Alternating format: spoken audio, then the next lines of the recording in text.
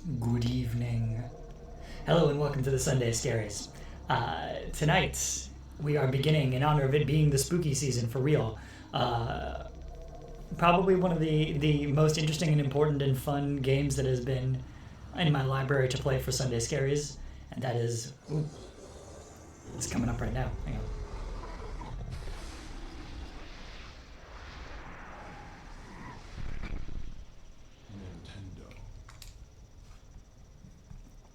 That is Eternal Darkness, Sanity's Requiem, originally for the Nintendo GameCube. A game that I've seen played a little bit, but never played myself, but I know it certainly by reputation, so it should be pretty fun to try out. Let's make sure other things are working. Give me just a moment here.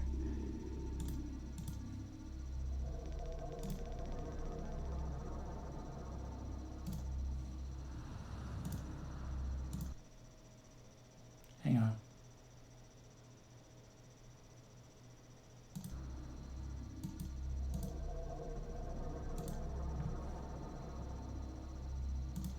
Alright, we're going to see how this works. I may have thrown in a little tweak to the game to help make gameplay go a little bit more entertainingly, but we'll see. Start the game. Memory card slot A. This is my first time using the flesh, bone, bound together with the oddest magical incantation. This wretched book is where it all began so long ago. Before time, before humanity. I am Dr. Edward Roivas. I am a clinical psychologist. I am also dead. Great. This is not my story, nor even the story of the Roivas family. It is the story of humanity. Like it or not, believe it or not, as you will. Your perceptions will not change reality, but simply color it. Humanity has been on the edge of extinction for 2 millennia, ignorant of so much and dependent on so few. How are we doing for the other 8 millennia? The Guardians grow restless. Their time once again near. Whether by fate or misfortune, my family has crossed their path, and they didn't take kindly to it. Their attention turns to my granddaughter, for she is the last of my line, and the last hope for humanity. Wow. Whoa! We're just gonna jump right in, huh?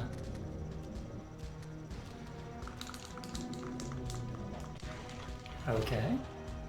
Interesting. Aha! Hey. Excuse you.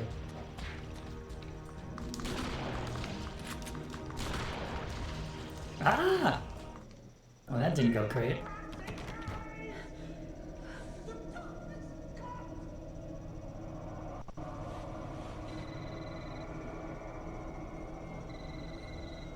Remember me, Alex.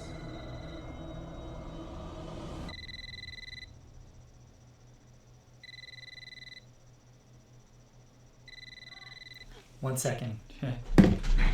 Huh?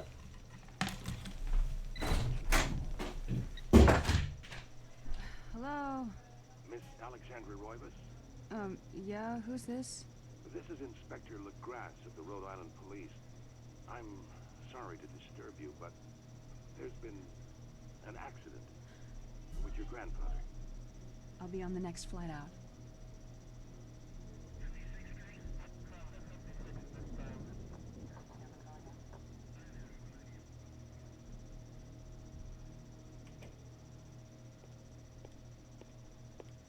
Ah, Miss Roivas. I'm pleased to meet you. I trust you had a pleasant trip? Yes, I suppose so, considering. Yes, my condolences. This is most unpleasant. It's a shame we couldn't meet under brighter circumstances. Yes, it is. Can we get this over with, please? Of course. This way. Let me warn you, it's not a pleasant sight. I'm afraid there's Not much to see.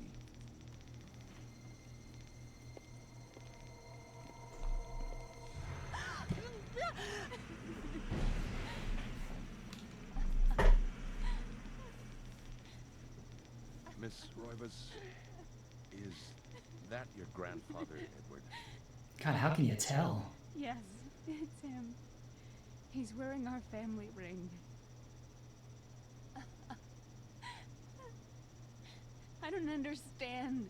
Why are you showing me this? Can't you check dental records or something? What's wrong with you? I don't think he has a head. I'm sorry.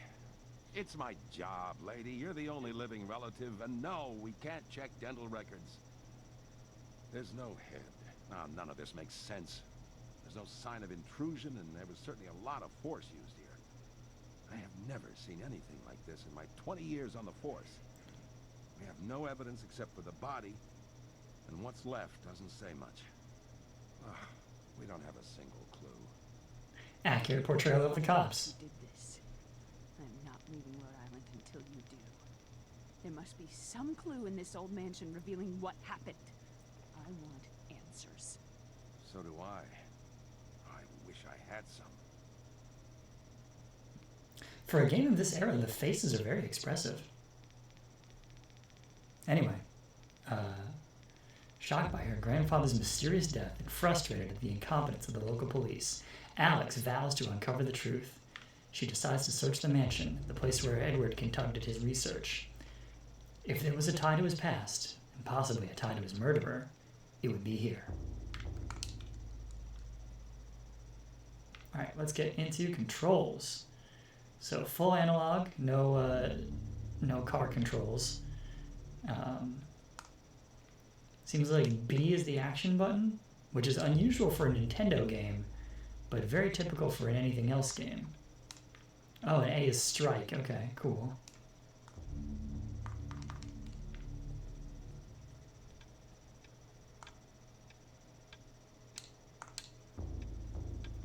A beautiful carriage clock.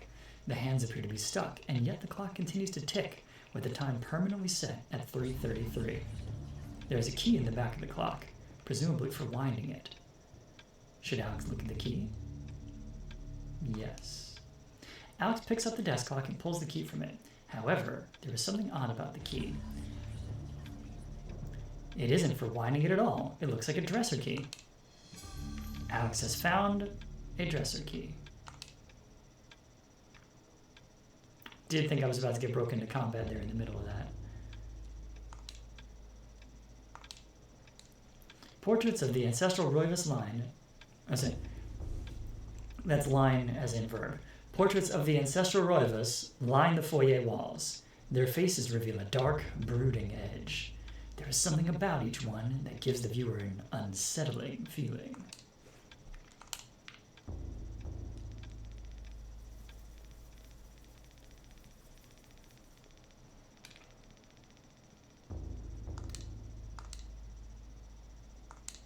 Same message. Okay. Can I look at the pile of books? Can I look at whatever that is on the wall? There's a door to the immediate right of the entrance.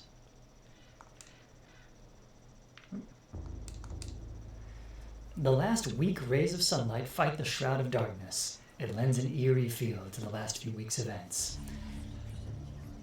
As the sun sets, Alex will be alone in the house, with nothing but the spirits of old for company.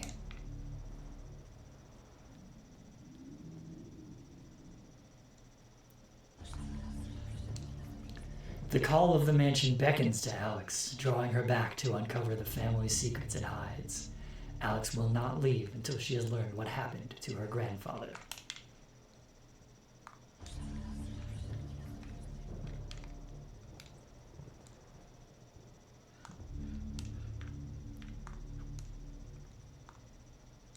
That's sneak. That's run. Okay. That's aim.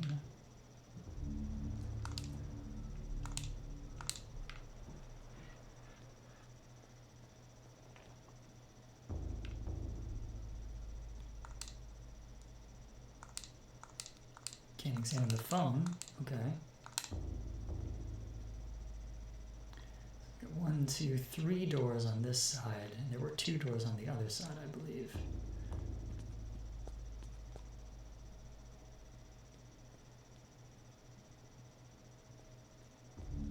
Or were there 3? No, there were 2. Okay.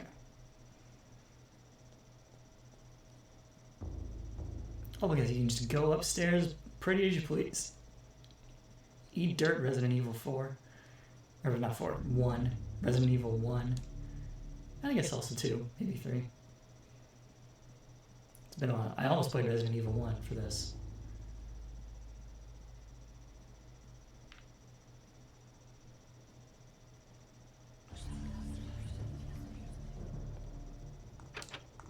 Door's locked, okay. We're limited to the first floor.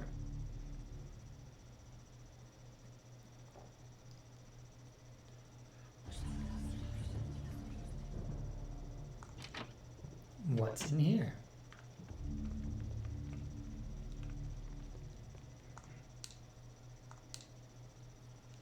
A wooden plaque is fastened to the door, taking the place of the lock. A colored sigil is carved into the wood above a wide slot. The slot is just wide enough to insert a narrow blade.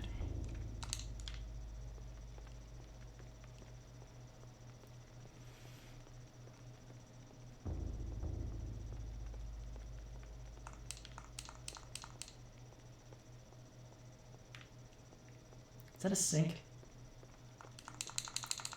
Ah! Once again, cannot wash hands.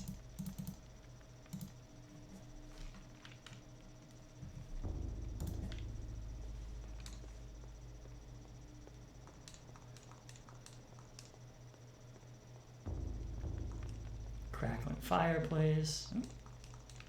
I look at it, but I can't interact with it. Oh, look, it just spat something out at me. But I guess not. Got a lens flare there showing off. Okay. What about the cabinets? Anything in there? No. Okay.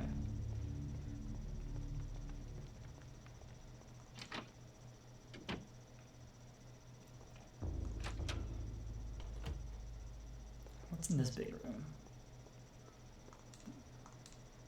A grand piano stands here, awaiting the hands of a decent musician.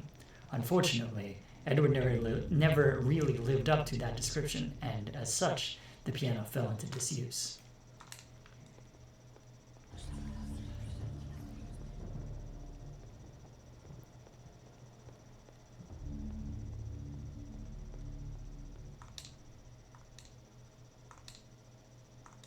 Not a very good look at that painting.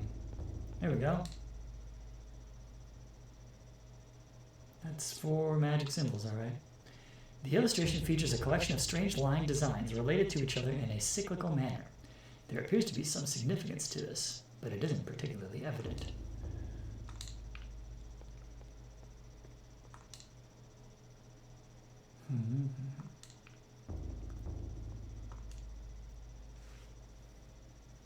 The table is set for 1. Alex's grandfather. Edward's private nature meant that he never had many visitors, and this is lonely evidence of it.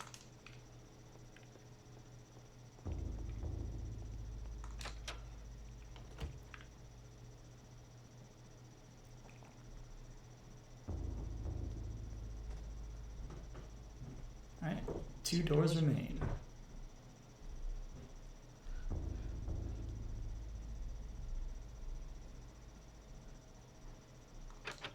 This door is locked. 1 door remains.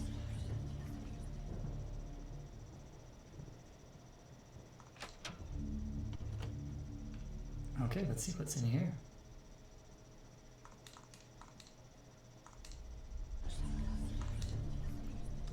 In the warm glow of candlelight, the Roivas family tree hangs from the wall. Shadows flit across its surface, obscuring the detail. If one looks closely, the family's secrets are revealed. I can't see it closely enough for that. Nice looking library, though.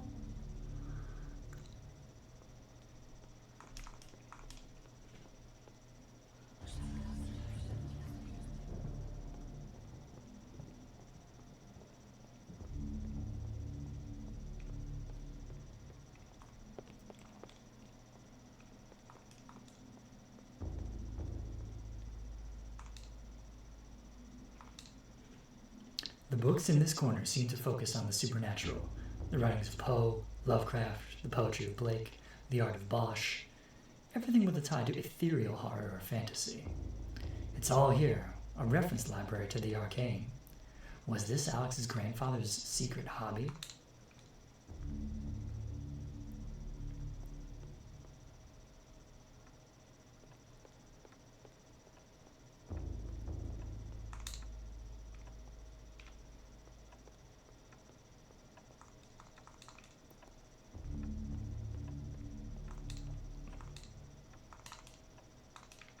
Can't do anything with that? Okay, weird.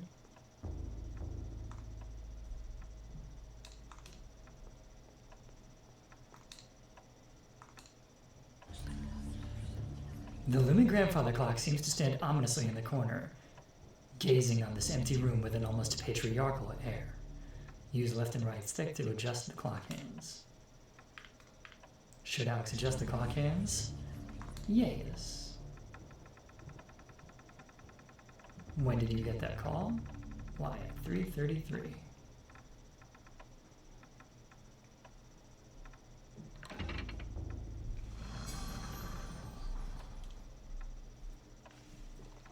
All right, let's look around.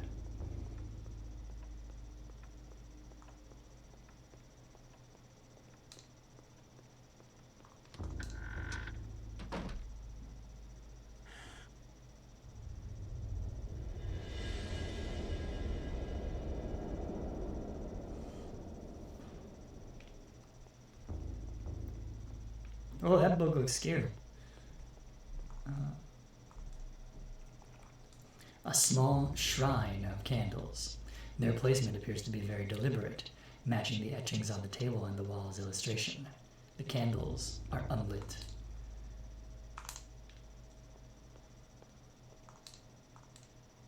A diabolic drawing of a stack of human bodies, each one cemented into place. What twisted psyche could have executed this drawing? Though disturbing, it is meticulously rendered, down to the subtlest detail, the precise anatomy of fractured bones, and the convolution of spines and ribs entwine into a mesmerizing sight.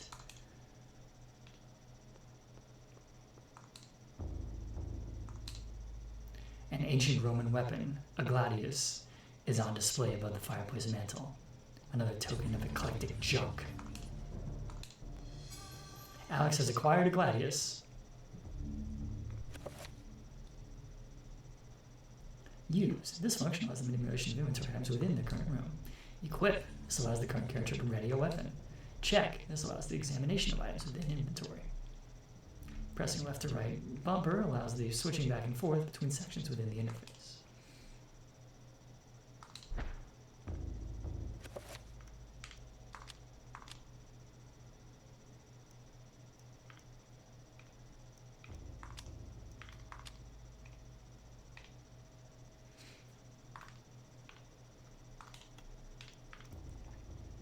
Oh. This is the key to the second floor of the mansion. It looks real and worn. Did I not use that yet? Did I just find that? A painting of a jungle-shrouded building. It seems to be a temple in Asia, perhaps from Thailand or Cambodia.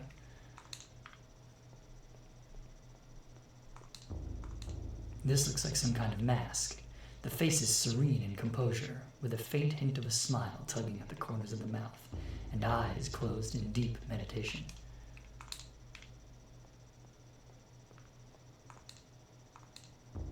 This Gothic cathedral is silhouetted against the stark light. The image is vicious and devoid of subtlety.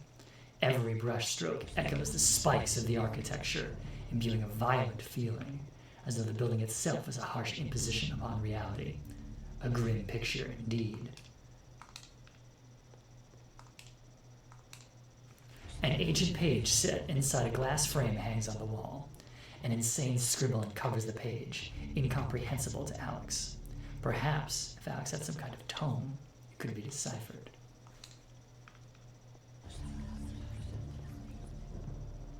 Alright.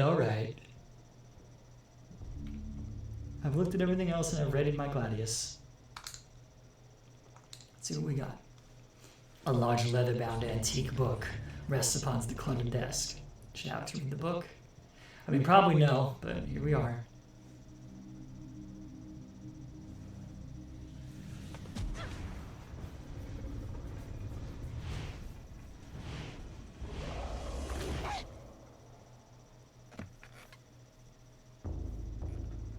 I had no knowledge of what was to come, nor did I care.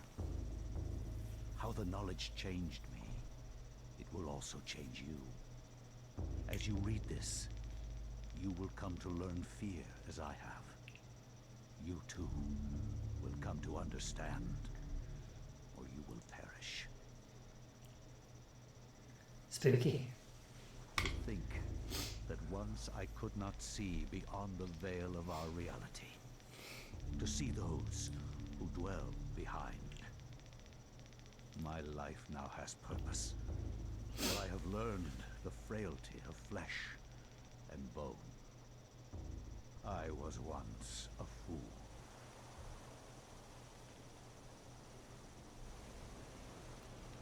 Viris quies candamest, viris conservandi.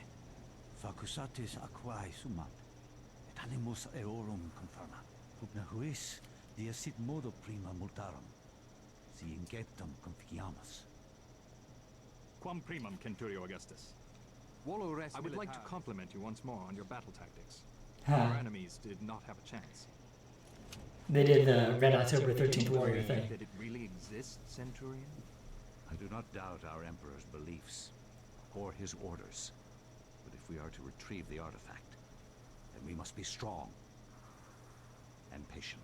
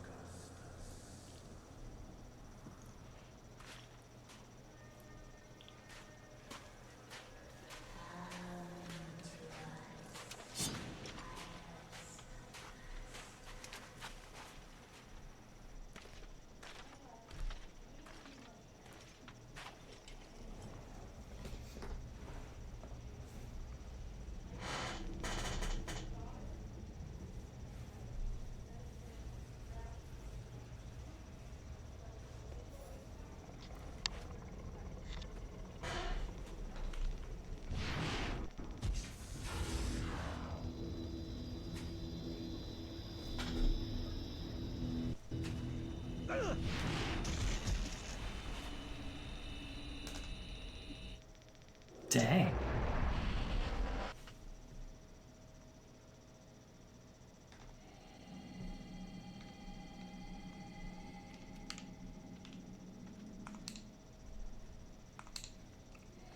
The dais on the floor is finely crafted, inlaid with gold and gems that Pius can't identify. A strong linear design is situated in the middle, and is equally unknown to the Roman soldier. For this section, return should be written with a V. Anyway.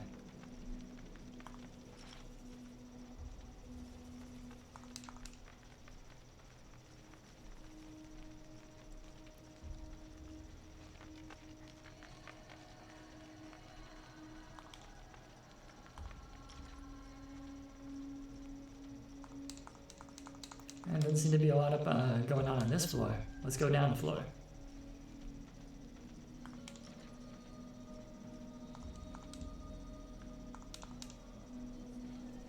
A ladder leads into the the dank heart of the labyrinth. Danger lurks beneath, yet Pius's courageous resolve does not buckle. Should Pius climb down the ladder? Yes.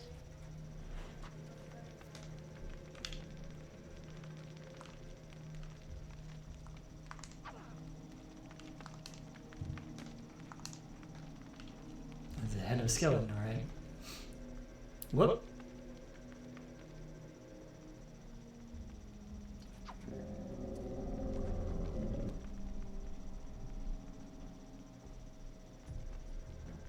It's all fine and good until the ones next to you start getting out.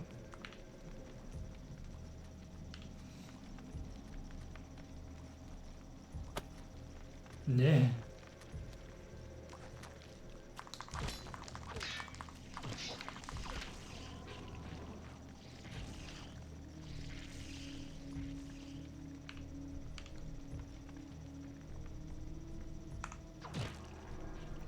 Finish him.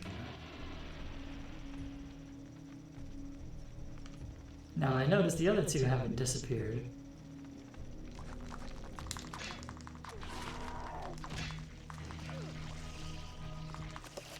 Oh. Health meter represents life energy. Every time it takes damage, level gets lower. If you reach 0, you die. Okay, great.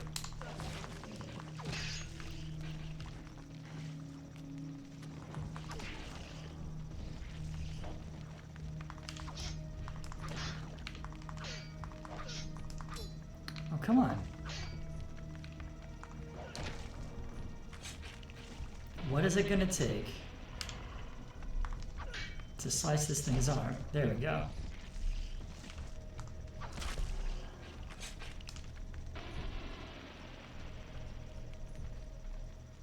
Now, where were we? A strange granite block lies on the floor. Pius has picked up the granite block.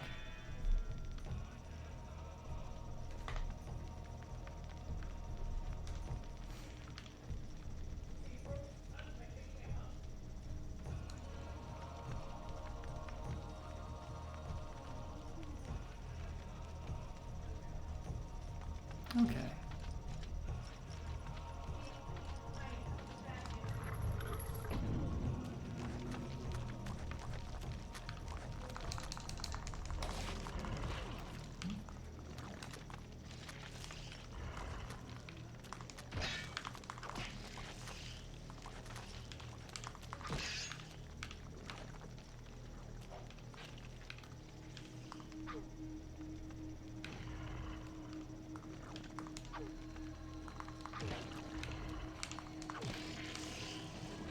One down. Oh, oh. Ouch. I didn't manage to get him enough.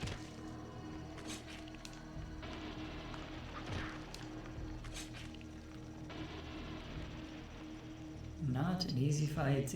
Not an easy system to fight in so far, but I'm doing my best. A strange granite block resides on the platform. Let's pick it up. Okay.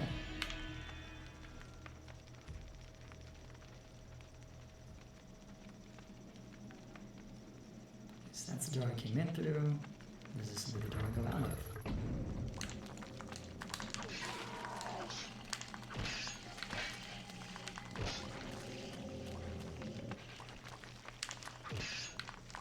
Hey, no.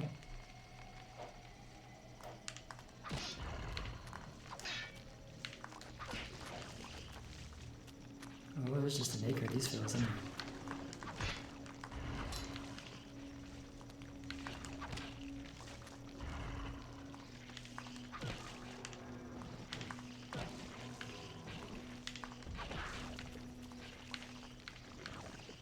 Come on. Hey, rude. There we go. That's what I'm talking about.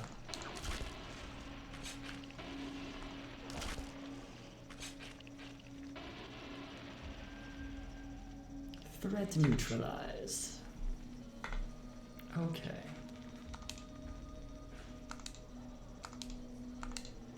Okay, we got another granite block. Oh, there's more of them.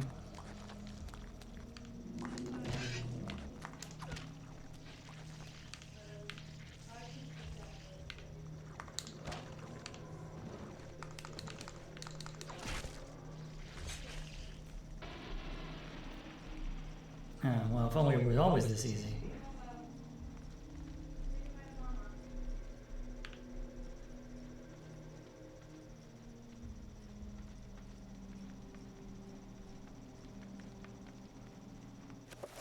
Folks, I will be right back.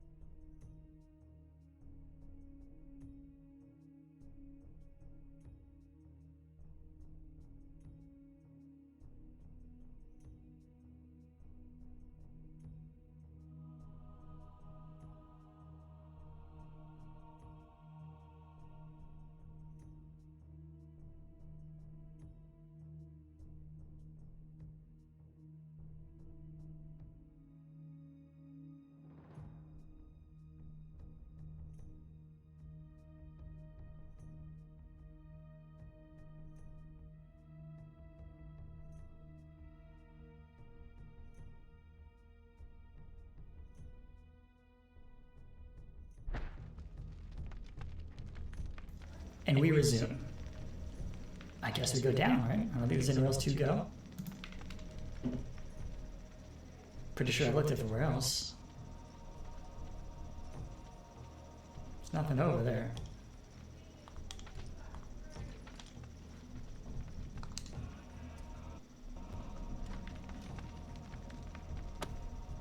Man. Spitting torches, man. They mess with you.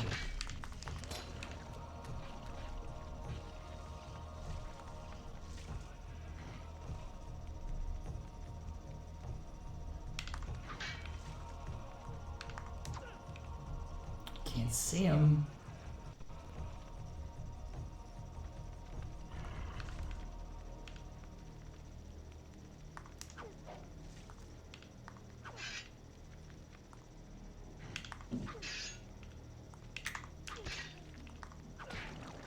There we go.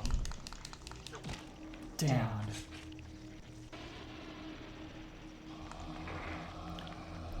The bars across the door block Pius's exit from the room.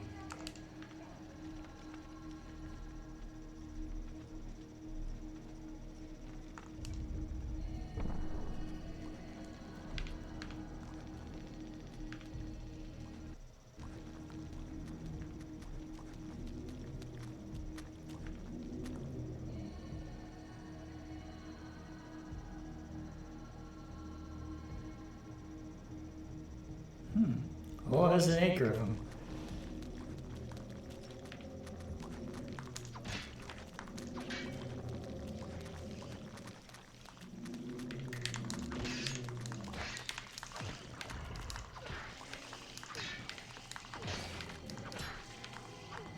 Hey. No, up. Thank you.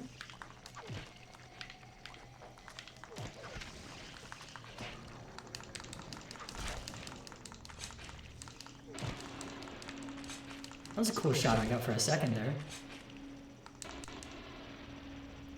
This wall is predominantly decorated with a strange lined symbol carved into the granite. Cut into the wall is a square hole lined with scratches as if something had been removed from it.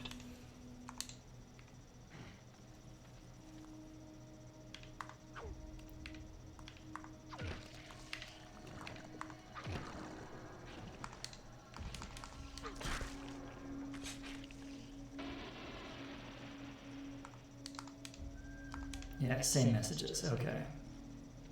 Which ones do we have in our inventory? We have red, okay. Oh, hang on.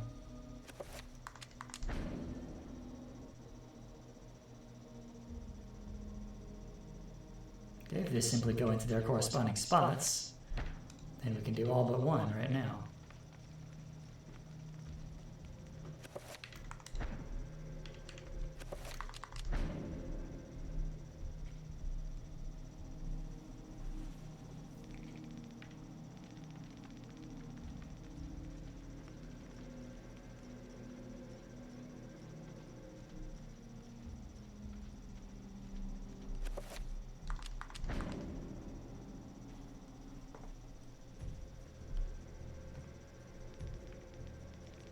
Okay, that's those done. Just leaves the last one.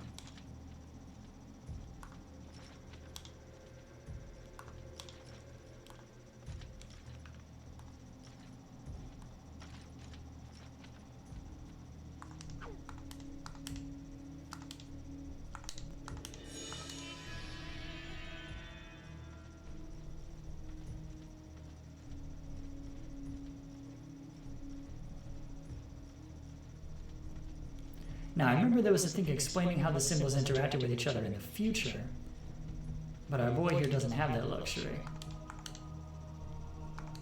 So we're just going to put him in as it is. Let's see what happens.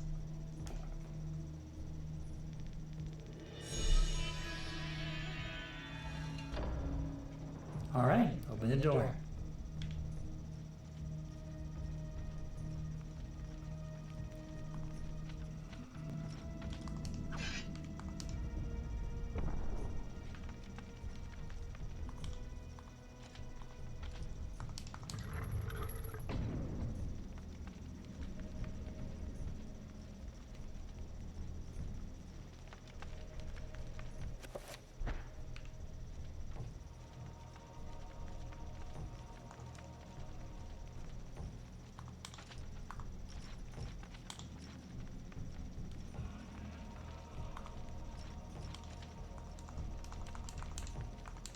Well, nothing on either side here. Gotta go up and over. Pius, you must prove your worth by destroying this statue. Pressing right stick will enable Pius to select which target to attack. Oh, sorry, R button, I should say. Releasing R slightly and then pressing it again will cycle between multiple targets. You can attack specific body parts or locked onto an enemy by moving and pressing it.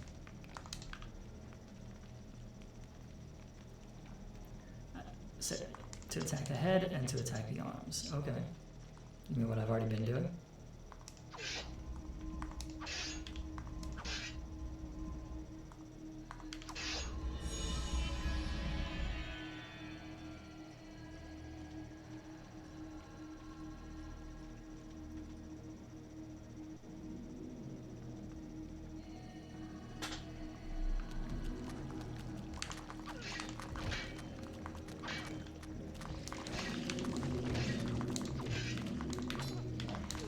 Ow, ow.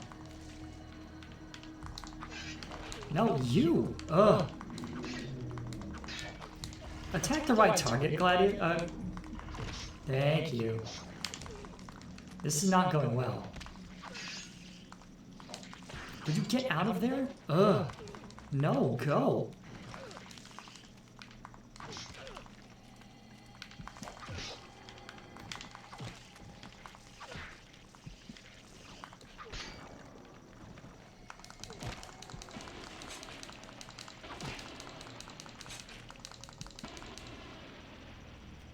So I just got utterly mugged there. That was not good. So we know there's this thing there.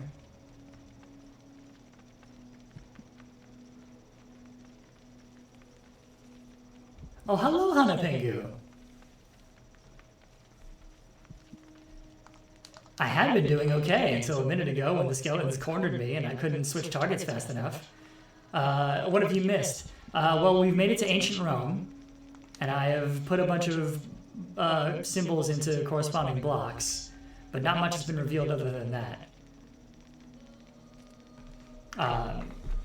There's a framing device story about a woman who is in her grandfather's mansion and finds her grandfather headless in the library or study somewhere, and then we're trying to find out what's going on with it. He had a big scary Necronomicon type book in his office that was hidden behind a secret what'd you call it, bookcase door, and then we flashed back to ancient Rome. A button attached to a small pylon softly illuminates the room. A bizarre energy seems to radiate from it. Should Pius push the button? Yeah, not a lot else going on. Go ahead, Pius.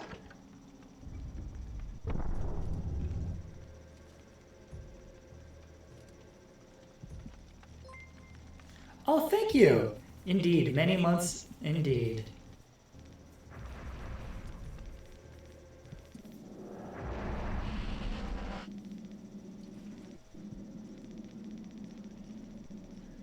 Oh, these look important. Whoa.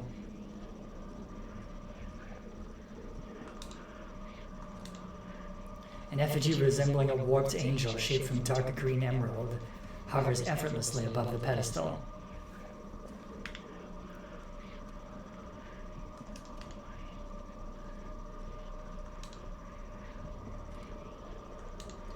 Shaped like a delicate dome, a pale blue statuette floats gracefully above the pedestal.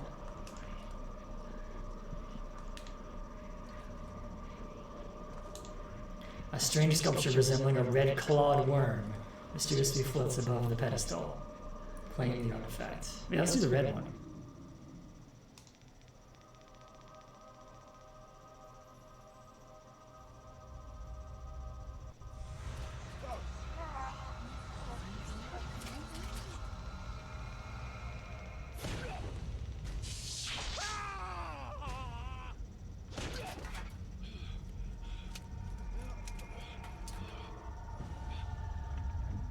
Oh, he's having a bad time.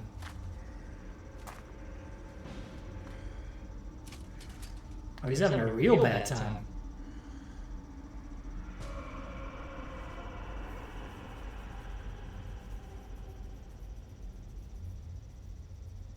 Eons have passed since then.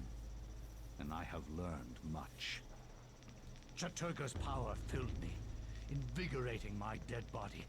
With a touch, I could level buildings, rend the ground asunder, and channel power such as mortal men could only dream.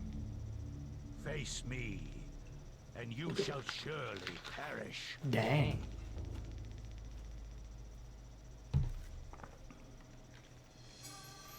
Alex has acquired the Tome of Eternal Darkness, and nothing was foreboding about that at all.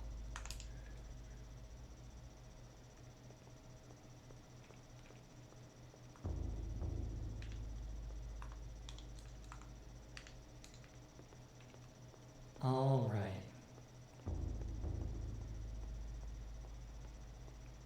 Well, can I read this now? Strangely, with the Tome of Eternal Darkness in her possession, Alex can read the page. It's a chapter page from the tome itself. Should Alex take the chapter page? Yes. Alex has found the chapter page entitled The Binding of the Corpse God. You know, bedtime reading.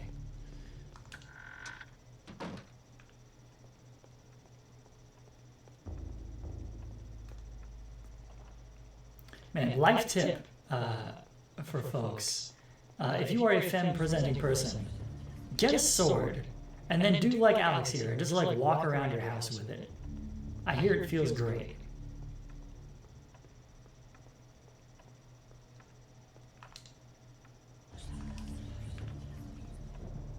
That doesn't tell me anything. Alright. Can I move this back? No. I cannot close the secret bookcase door. Okay.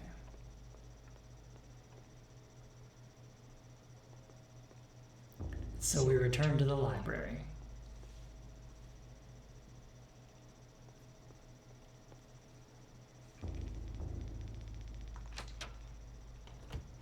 Oh, the store wasn't open before, I think.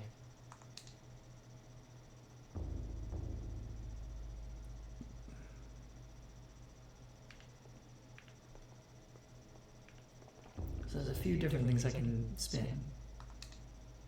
A brass-framed mirror is set into the wall. The mirror's direction can be adjusted by means of two crankshafts set below it. A curious device. Is it related to the telescope in some way? Should Alex adjust the mirror? Yeah, why not? Oh, there's only one crank right now. I see.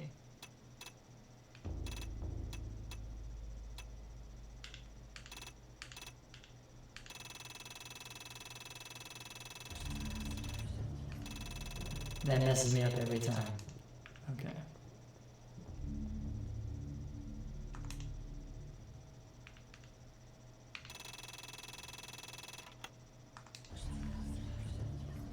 Oh, one controls vertical, one controls horizontal? Okay.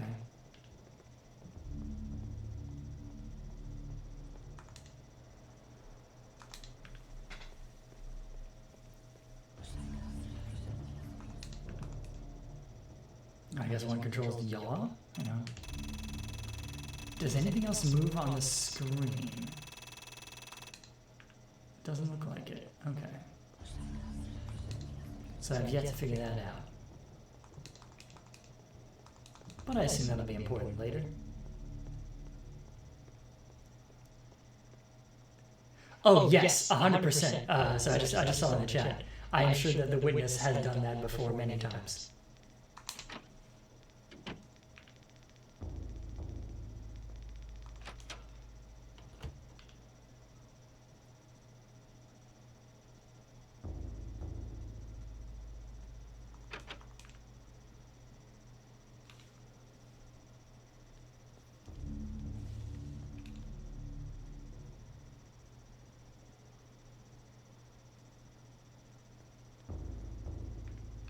Alright, so I think I have a second floor key now, so let's go to the second floor.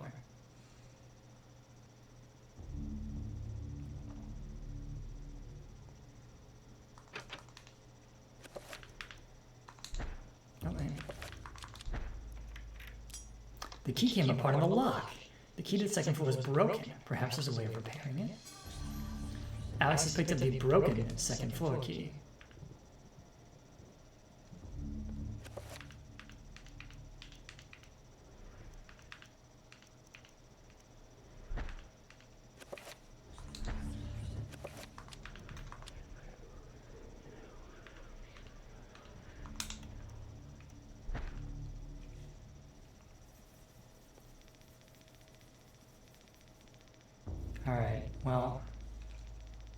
Try going back in here. I think it's the only other place I can go to. Let's see. Well, I can go in here, but I don't know if there's anything to do. Oh, wait, no, I can go back and look at the thing now. Yeah, because that's the, yeah. It's the magics. Okay.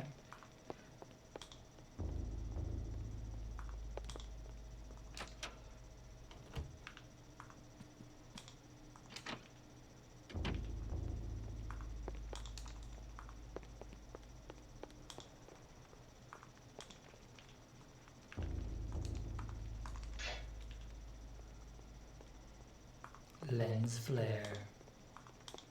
Oh, hey, here we go. Just wide enough to insert a narrow blade. It's not that narrow, but okay.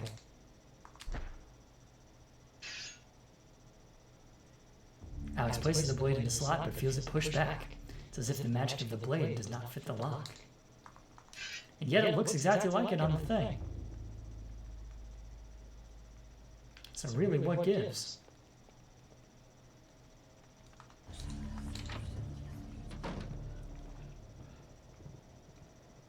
Alright, let's read the book.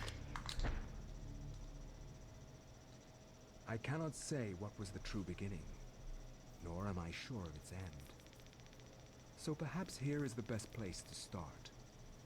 I am reminded of ideas I first encountered in Sir James George Fraser's book, The Golden Bough, a study in magic and religion. We are overwhelmed by a very human need to weave a web of meaning where there may be none. Since time immemorial, ancient peoples have dressed up their lack of knowledge as gods and demons. I have discovered that sometimes the fates of gods and mortals intertwine, and legends are born.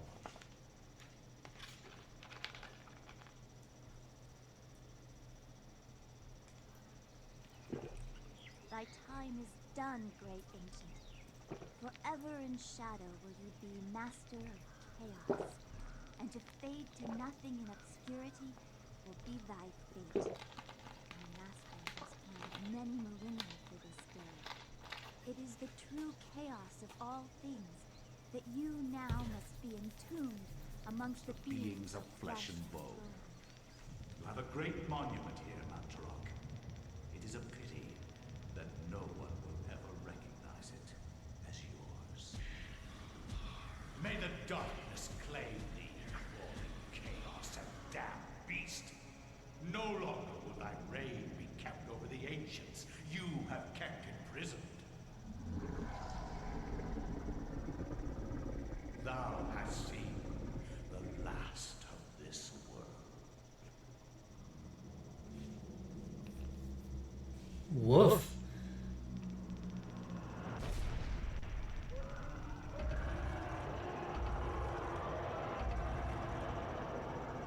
That's just a big old monster soup is what that is.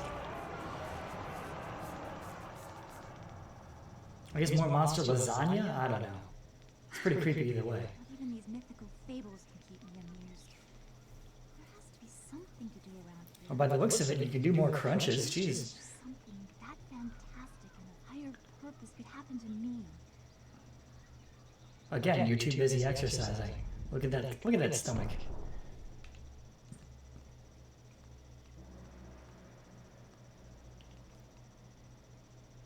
Wait, what's still happening?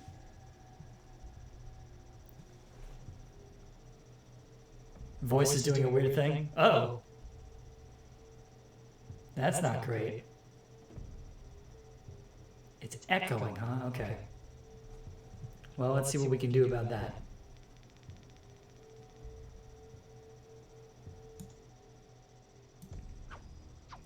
If I bring the mic down, does it help at all? Or am I just quieter and still echoing?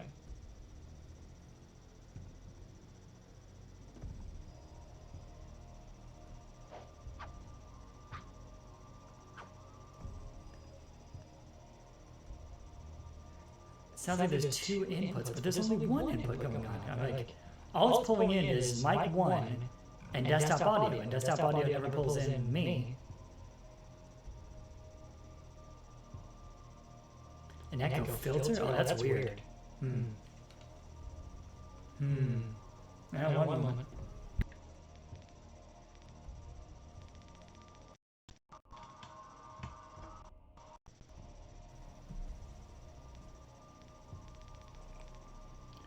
Alright, I've done the very technical thing of unplugging it and plugging it back in. We'll see how that does. Is that any better, Hanapengu? Or is it still doing the same echo as before?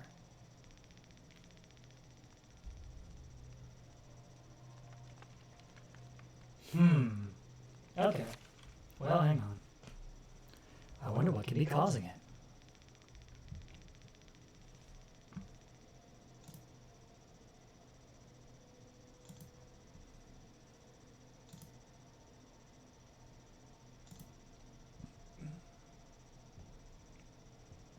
I mean, like, sure, but at the same time, I would like to fix this, you know? Mic 1.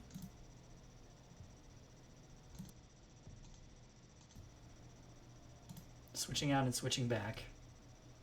See if that does anything.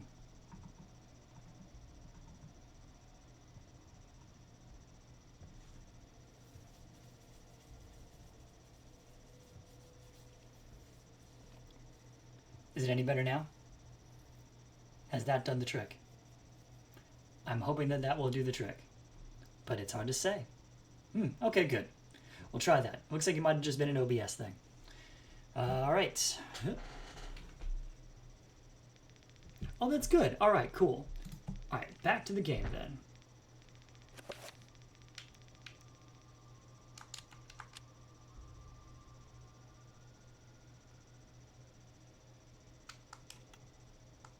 Cool looking sword.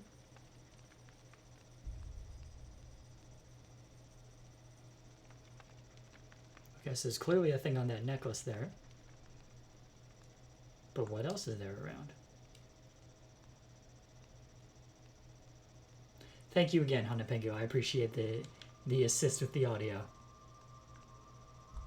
There's a room over there.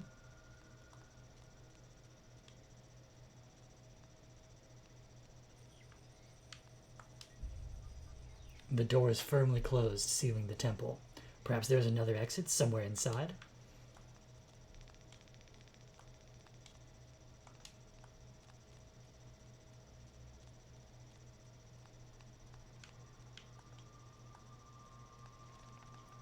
Wait, did I actually go into the center of the room yet? Let's see.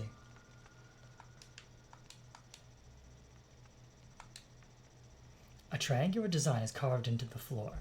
The etched grooves are filled with colored sand. These symbols appear to be related to each other, with one having precedence over another.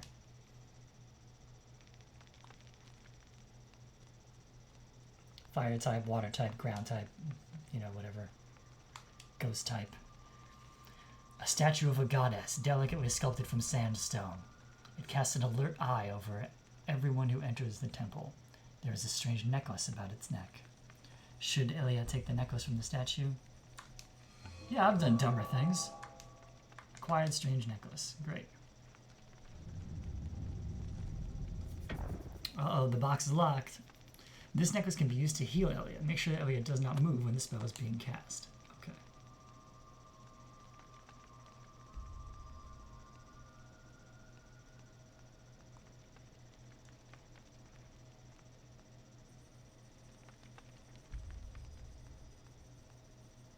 Have not encountered foes yet. Oh, hey, you know, I don't know if quick save and quick load are the same commands here as they are in RetroArch. Let's find out. State not found. Ooh, okay, hang on. Maybe I should set a save state.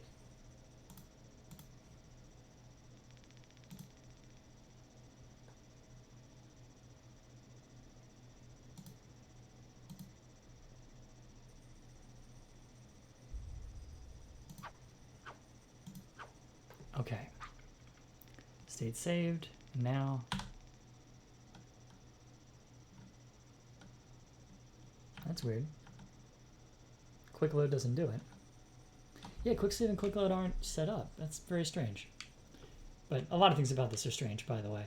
Hanapengu, I found that I can't load it through RetroArch. I have to, like, I had to install Dolphin separately and load it and run it in that. Otherwise, the ROM just wouldn't work. So something's weird about it.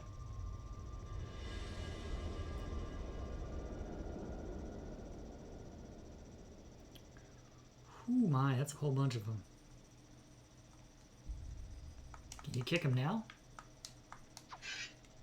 No. Can't be preemptive about these things.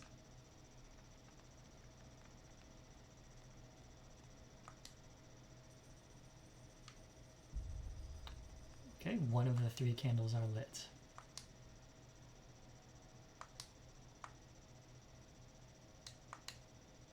Engraved on the floor is a striking design featuring the sun sinking below the edge of the world. Yeah, no, I mean, for now it's working, but it's gonna be something to figure out. Whoa!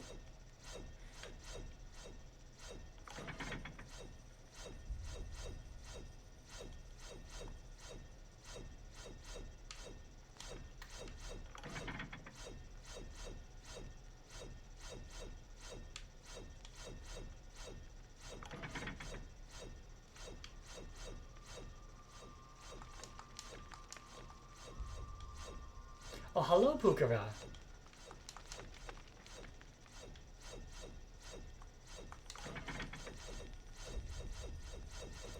Oh, I'm starting to think it actually matters whether or not I step on those things. That's interesting. I just assumed it was by default.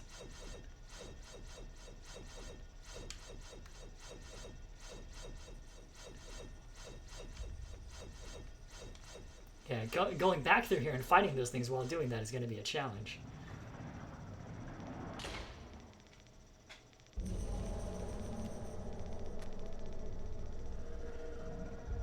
When located by creatures, a sanity loss occurs, causing a decrease in the level of the sanity meter, and the character to pulse green.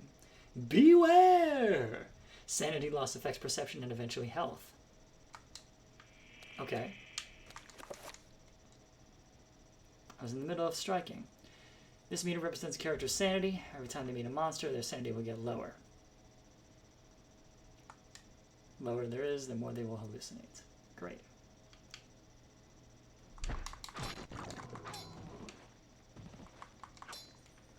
Come on.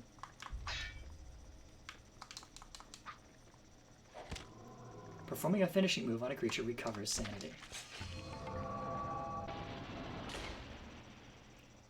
Good. New exam.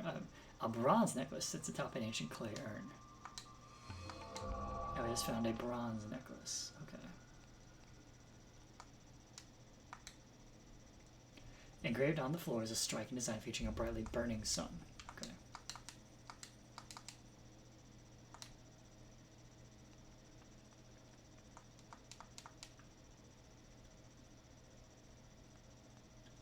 Yes, indeed. Dun dun dun. Quite right, Hanapengu. Okay.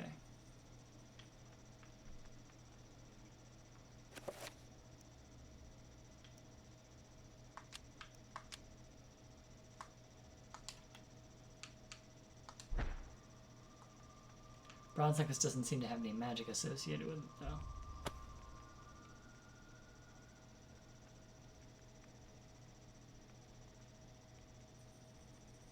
I crept along, creeping, hoping that some big studio executive with a cigar would find me and go, "Hey, look, a creeping kid for my film, The Creeping Kid. You're in." What?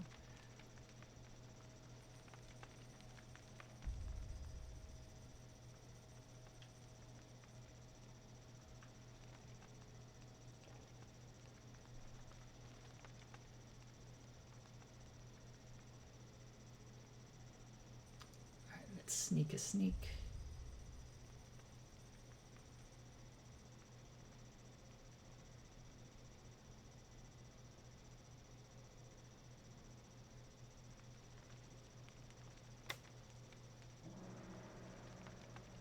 Haha, this time no pressure plates.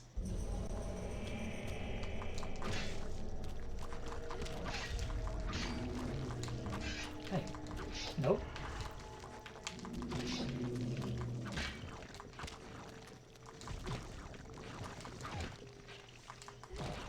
Hey.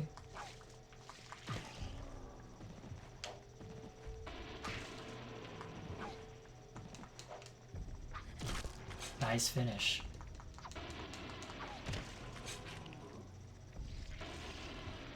Alright.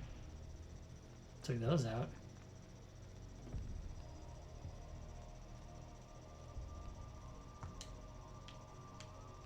Still can't light that brazier yet.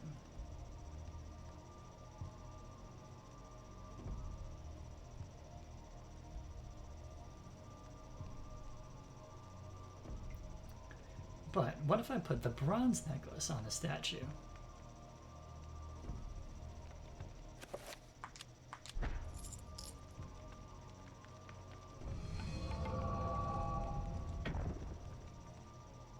Neat.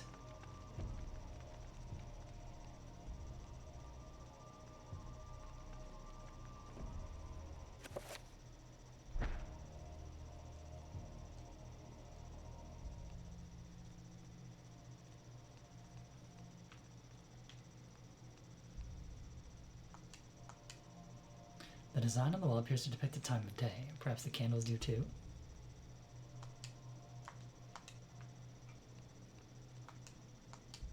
Engraved on the floor is a striking design featuring the sun rising above the edge of the world. Okay.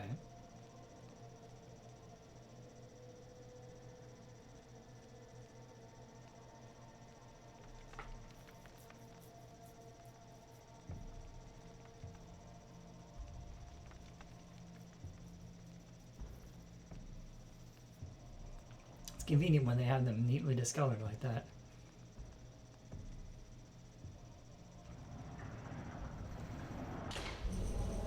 Here comes another one.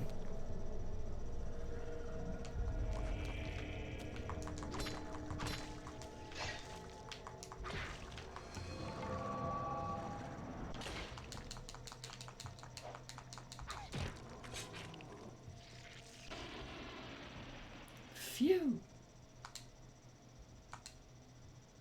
Design on one piece of time. Okay. Press these things to light or extinguish the candles.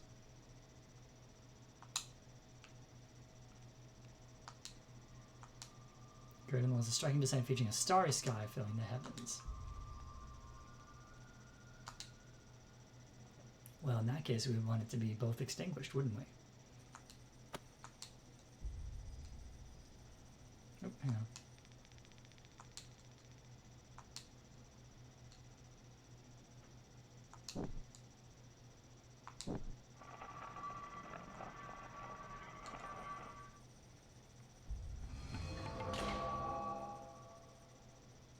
Interesting.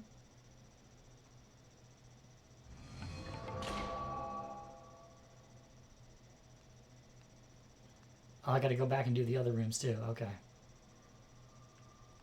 Well, right we go.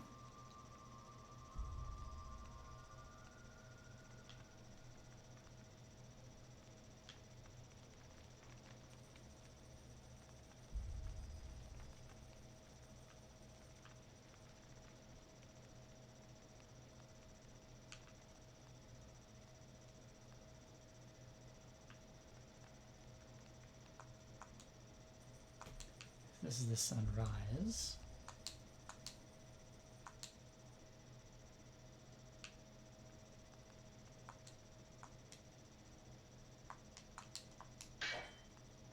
Why can I not adjust that one?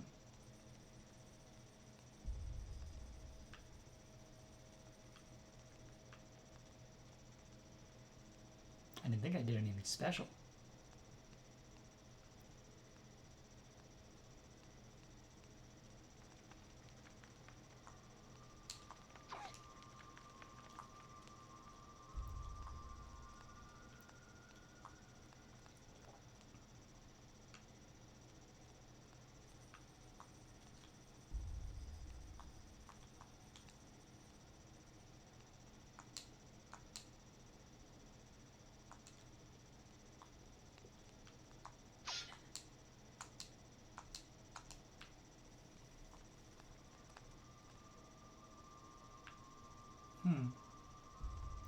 Maybe I have to do that in order?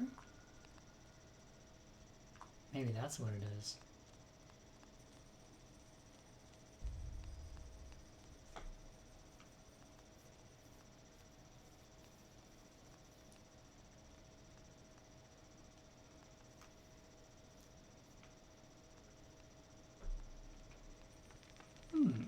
Could be. Worth checking.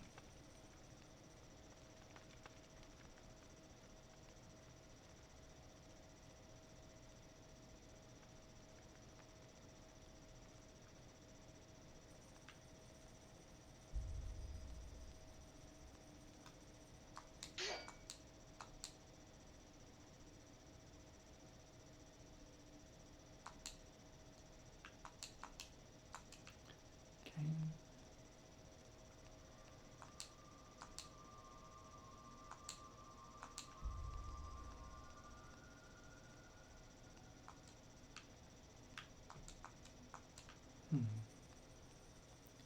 Still can't adjust the other ones. Gotta figure out how to do that.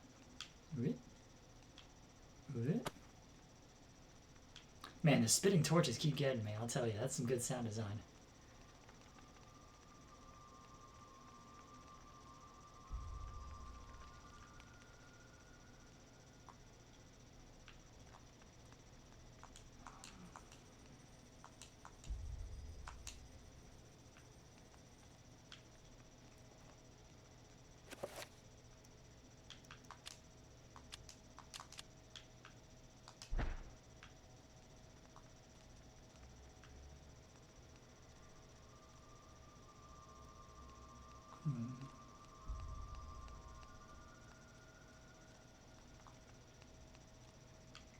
Alright, let's look at these again.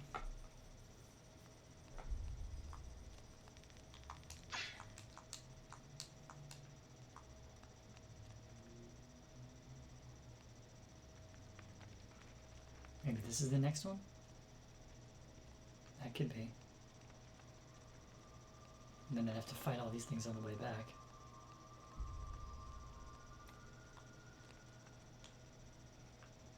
Oh, maybe. Here we go. So, in this room, we have a brightly burning sun. Okay.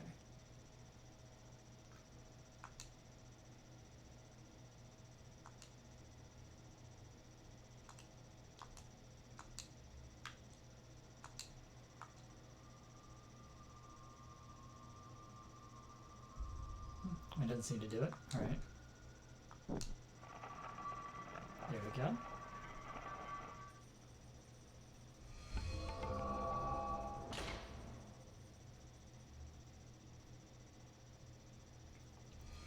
Okay, so we just had to do noon and midnight. Okay. Fair enough. Is this the way that we went through? Might be. So this would be the other way. Oh, who can tell anymore? This looks different, though.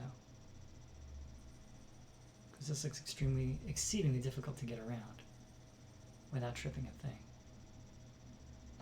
Yep.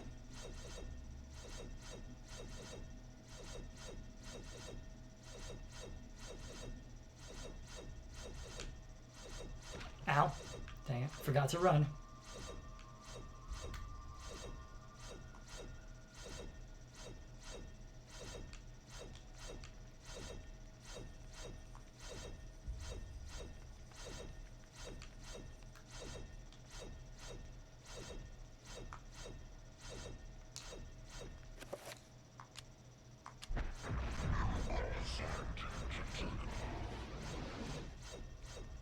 Oh yeah, nothing weird about healing that way.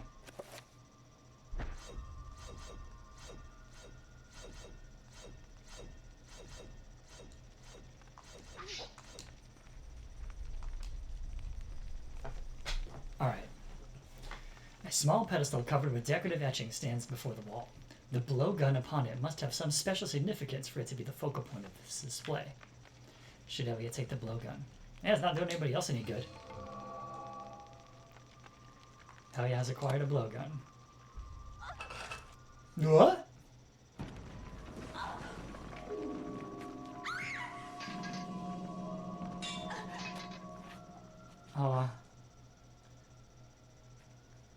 report. Secret passage in the temple.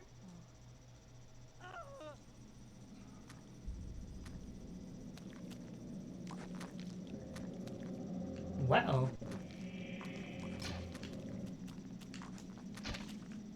Whoa.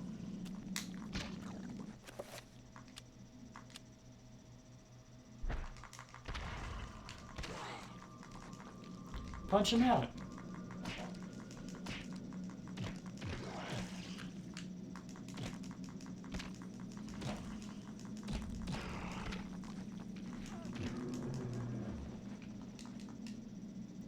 Fragments of a shattered short sword lie upon the floor. Yep, I have picked up the broken short sword.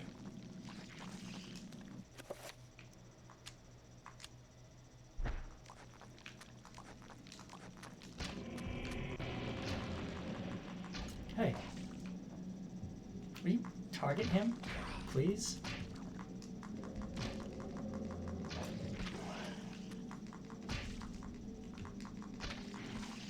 Ow.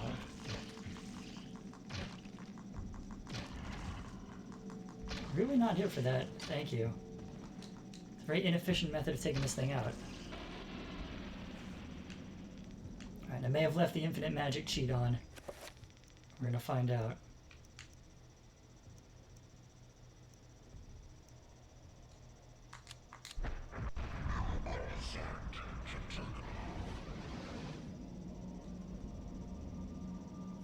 Yeah, close combat with a blowgun, generally not ideal. It's true.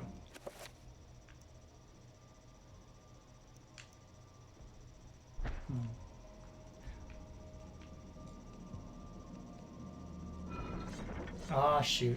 That was the thing I didn't want to step on over there. But I am very hurt. Jeez. That is not good.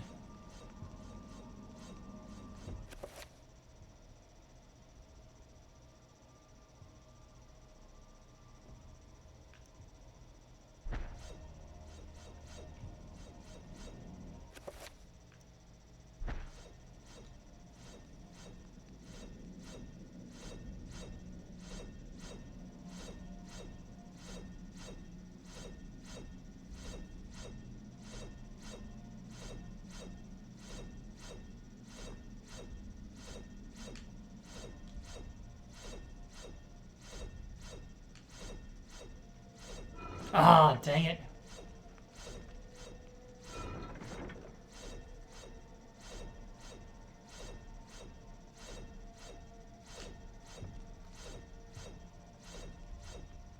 It's tough when you're limping around the place. Also, you can't get past this one.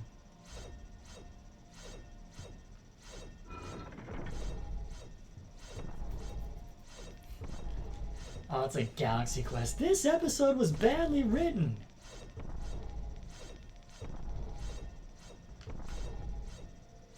Ow. My nose.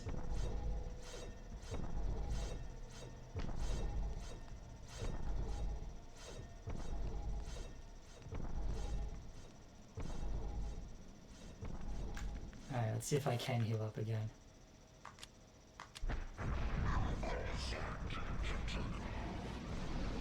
Yep. But that might be as much as I can heal right now? I don't know. Let's see. Yeah, no, I had the full-on get smart thing of the thing just slamming on my nose. It was rough. Oh,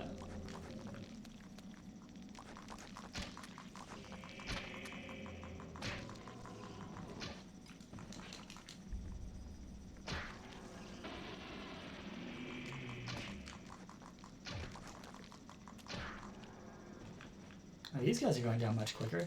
Maybe it's a more effective weapon at range. That would make sense.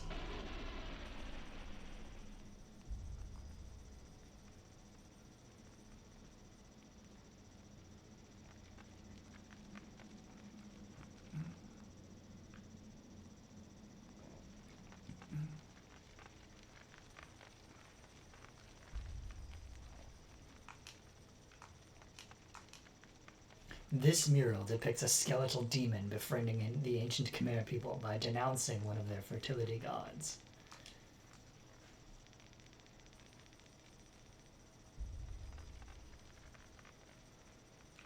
Woo!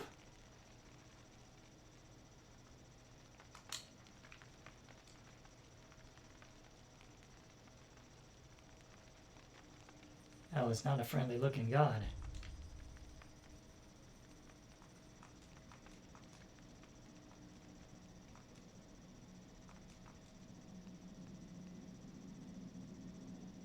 Okay, so that's where we came in.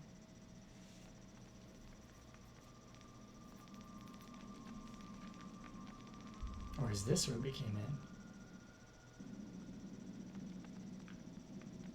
in? That might be where we came in. Hard to see.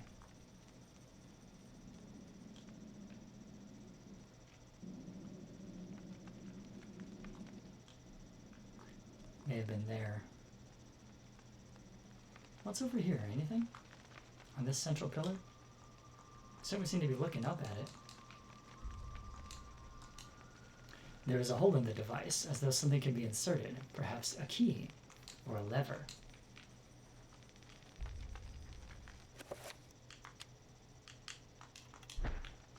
The broken pieces of my sword don't cut it.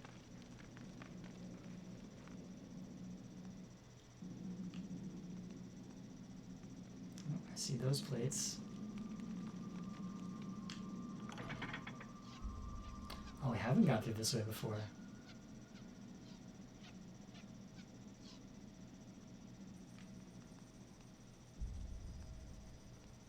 Huh. Whoa.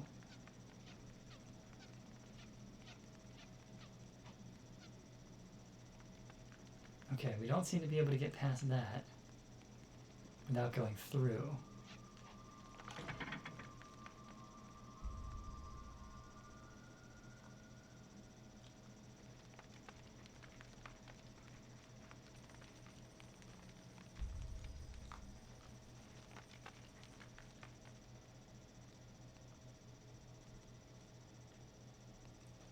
I don't think we can get past that either. Oh.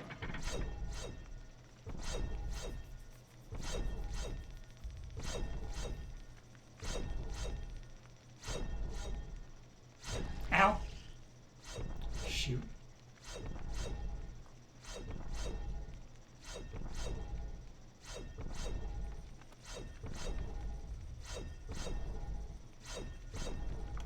Ah! Couldn't get past that either. Alright, well, now let's use the heal. While we have it. Okay. Oh! Thought I was around that one.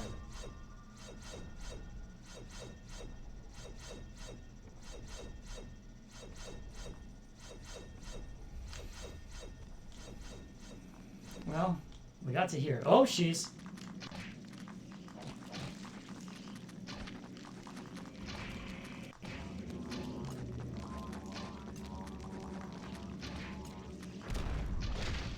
Wow, what?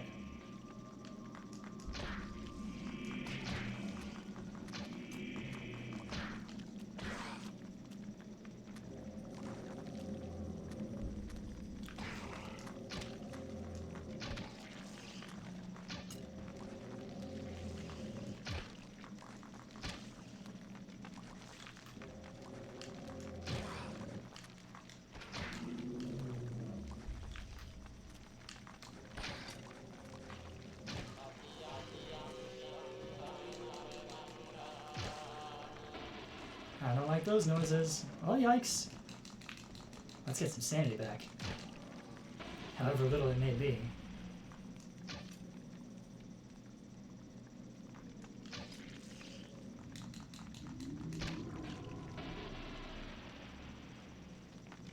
Not as sane as I once was, that's for sure. It's true, those traps are nasty, Hanapengu. You are right.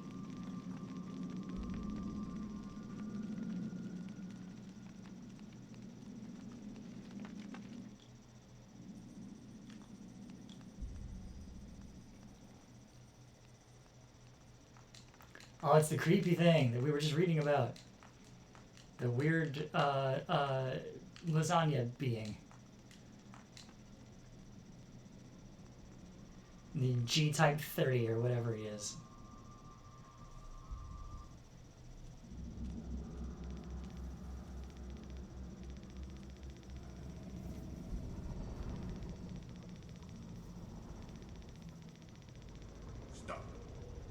near it. Wow, you ain't kidding. So, you are reduced to feeding on flesh and bone, Antarok. How the mighty have fallen. You will surely fester for millennia to come. A slow and torturous fate for thee. You had best leave, young fool, or you will find yourself as food for the dead god.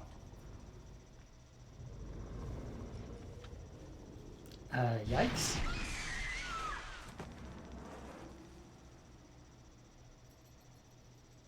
What heck? You are one of the chosen many. Flesh and blood. It is now your destiny to fight the eternal darkness. I give you a gift in return for an obligation. The gift is your life, sweet dancer. The obligation is this. You hold one of Mantarok's hearts. The essence of the corpse god. The sun that is a source of great power. From those people, you must defend it, lest they use it to destroy what little brightness your world has left in it. Guard it well.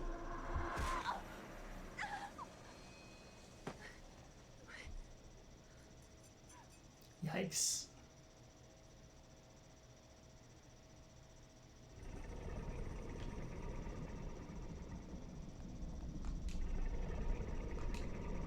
A metal staff is held by the arms of the statue. Oh, he has acquired a metal staff. Quite so. Anyway, hang on. Oh, I cannot equip the staff, okay.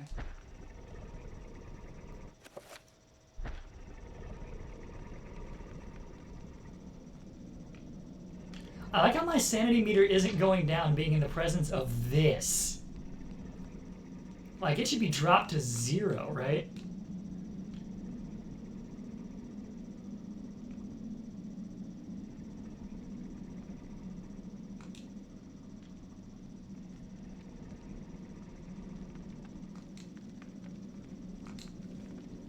A statue of a human female bears witness to the... This should be a female human, but anyway. Bears witness to the monstrosity that fills the room. The porous stone of its body is covered with the effluvial grime that Mantarok has secreted over the years.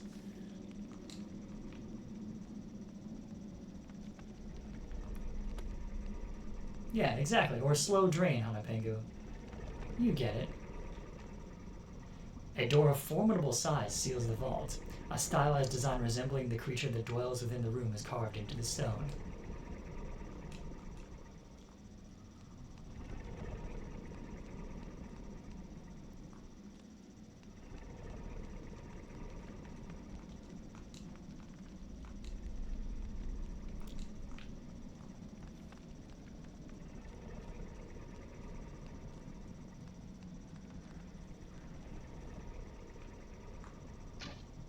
Haha. Take that. Surely I have felled the beast. Effluvia is a very fun word, it's true. I was thinking that myself. I was like, good word to work into conversation when you can.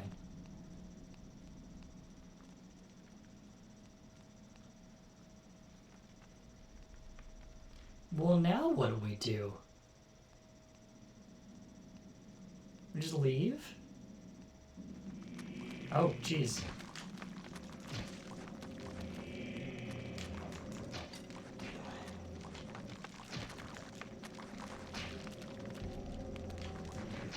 Hey.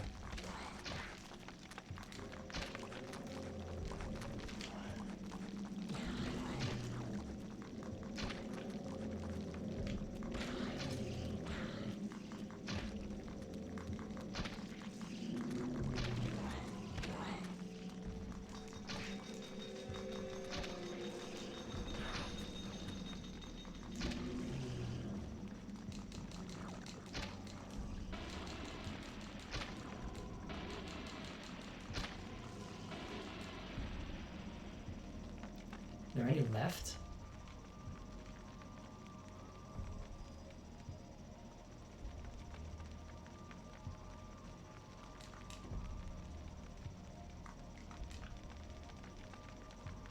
Yep. That sure is the deities being tormented and destroyed by that demon that we just saw, Mantarok. Is this the right way to go? I don't know, and I may not get to find out.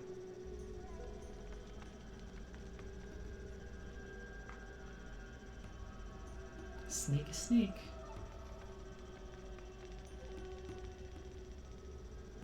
Nope, can't go that way. Gotta go through. Oh, jeez. Ow!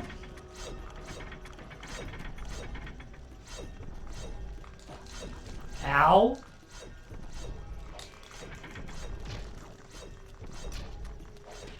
Ow!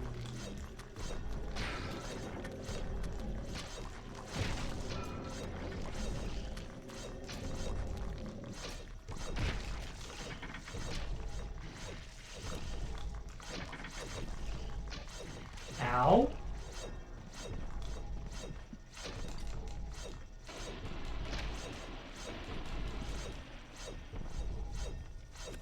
What a mess.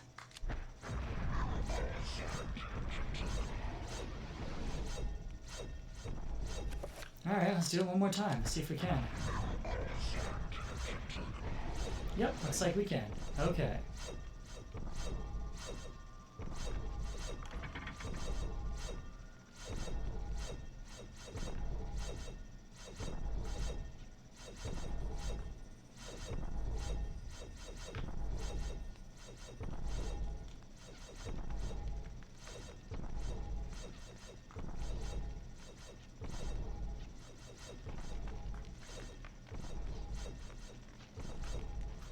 Ah.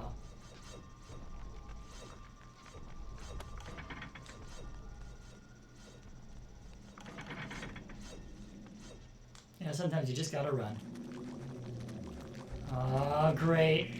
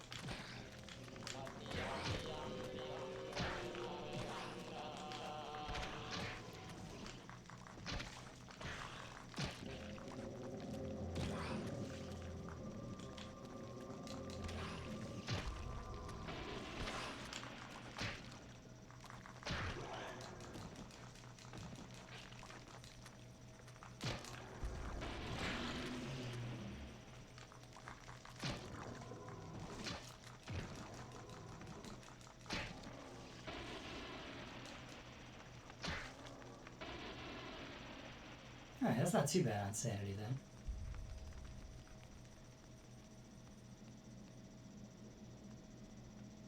Maybe this is the way we go?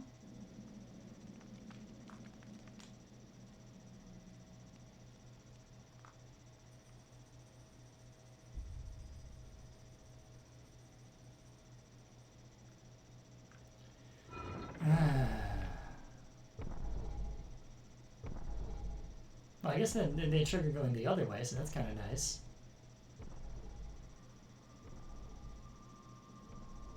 Now that we're leaving, we don't trigger as many. This is, I think, where I fell down. Yep. Okay, so we gotta go the other way now. But there is nothing on the other way. Well, phooey. What do I do now? How do I leave? It's gonna turn out I have to go back into that room with the big scary slime pit boss, isn't it? Yeah.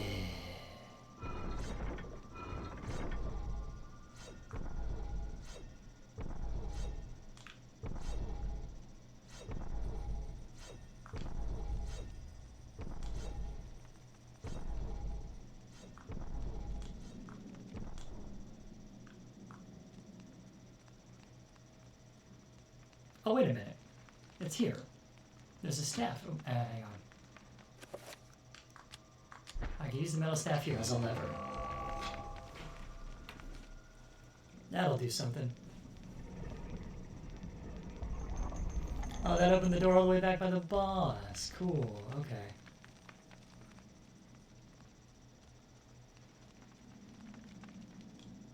So is it in here? I think it's in here.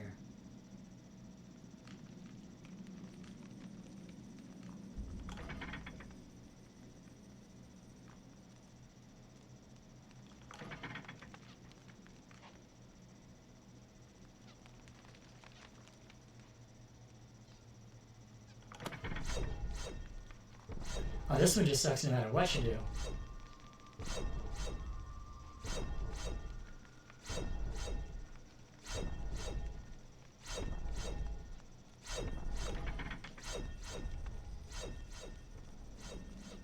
Oh, that wasn't too bad this time. This time.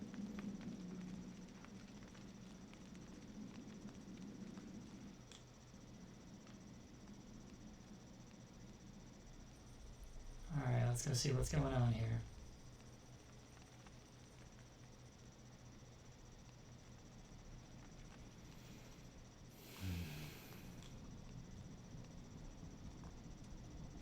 Okay, so, no, the other thing that he looks like, besides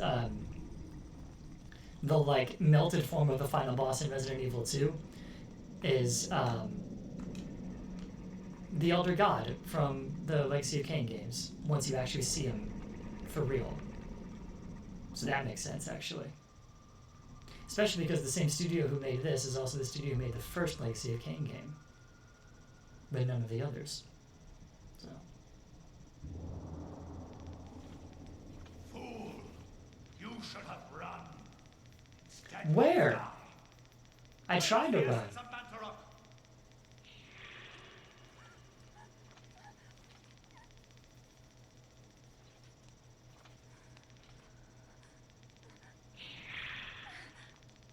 Where is it? I will not ask again, child. Very well, then.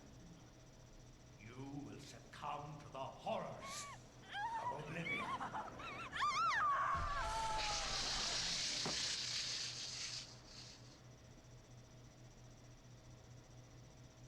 Not a great ending.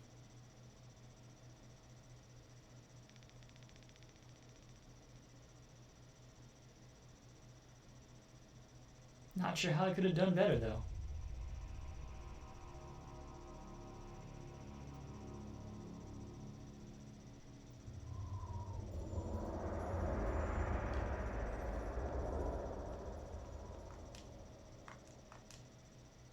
A small shrine of candles.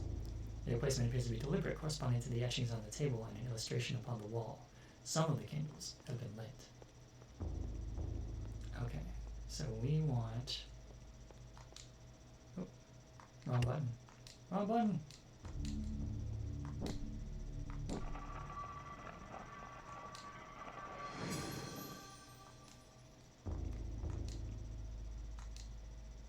With the correct sequence of candles being lit, a hidden panel opens. There is a message tube inside. Alex has found a message tube.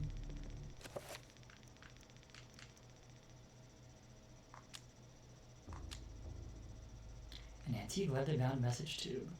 The kind used to transport sealed message scrolls. It appears to be unopened. There might be something inside. Should Alex open it? Yes. Alex has found a chapter page entitled Suspicions of Conspiracy. Well, and we're jumped immediately into it, I guess.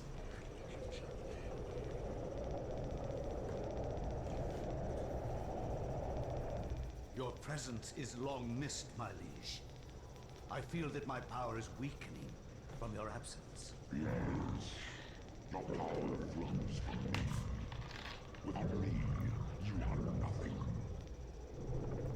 My meditations reveal a flaw in our plan. There is no flaw. Mandarok and the others move too slowly to counter our preparations. Once Mandarok is bound, its death will be prolonged for 1,000 years. Its fate will assure the balance of power over the opposing ancients will remain in our favor.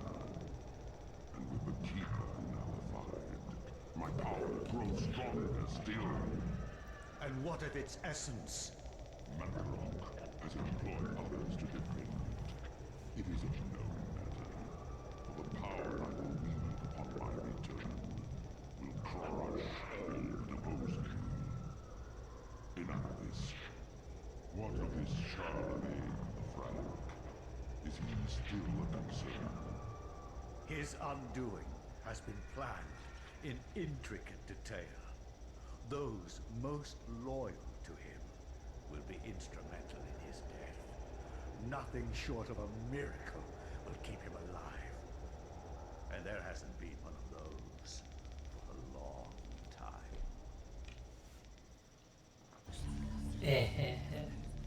After the chapter page is removed, the message tube is no longer needed. Alex discards it. Chapter page, suspicions of conspiracy.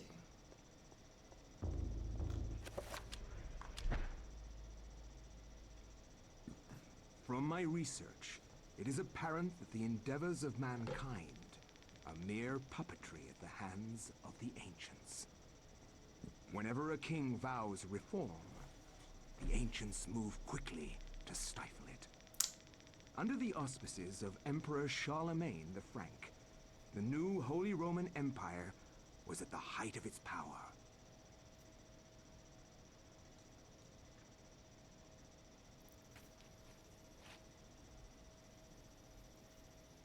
Hanc mit ad dominum et imperatorum nostrum, carolum magnum francum. Deliver this to our Lord and Emperor Charlemagne the Frank. No one but him must see it. They are words for his eyes only. At once.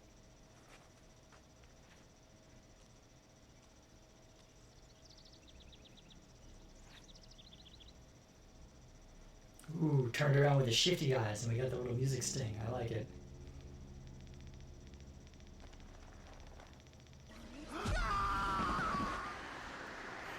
Oh, subtle. No one will know that you read it now. What sorcery is this? A spell? I am bewitched. If this was meant for Charlemagne, then what will become of him? I have to warn him of this treachery.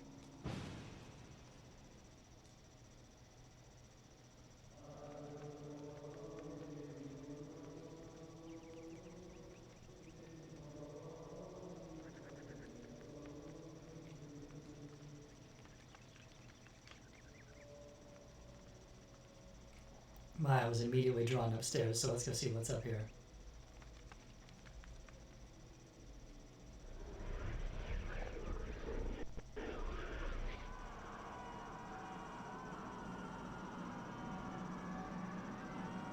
What? Hey, Pius Augustus. That's who I was playing as before. And there's Elia. Also playing as before.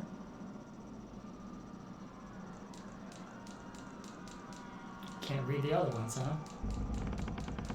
Oh, that's... Oh, my. Oh, dear. Oh, dear.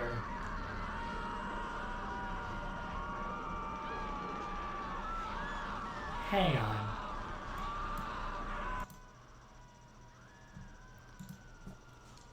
Cradled in what appears to be a leathery hand lies a mysterious book. It is bound in human skin and intricately decorated with shrunken bones. It beckons and yearns to be possessed.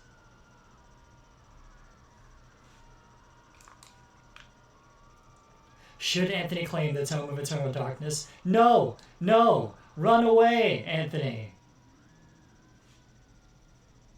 Okay, I'm gonna try turning the volume back up now. That was very loud before. Hanapanger, yeah, this seems fine. What's to worry about? Can I go back down? Does it let me? Oh, it doesn't let me. Oh, voice echoing again. Okay. Don't know why.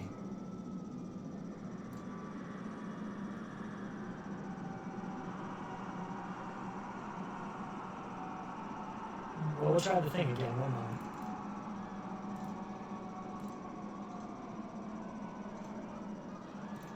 We'll see if that makes a difference.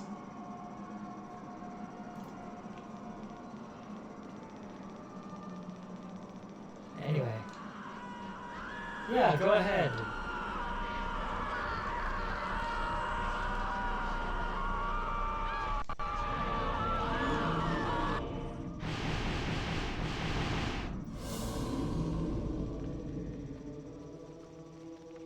Well, now that that's taken care of, nothing else bad will go wrong.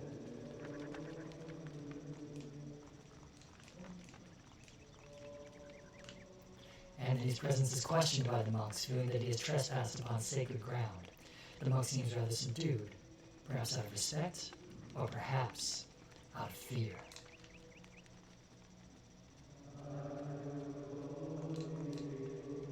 Visibly disturbed with grief and despair, the monk sobs pitifully. He recounts that his is not the only death to have occurred recently. That this is not the only death to have occurred recently. And wonders if perhaps the order is being punished for wavering in faith.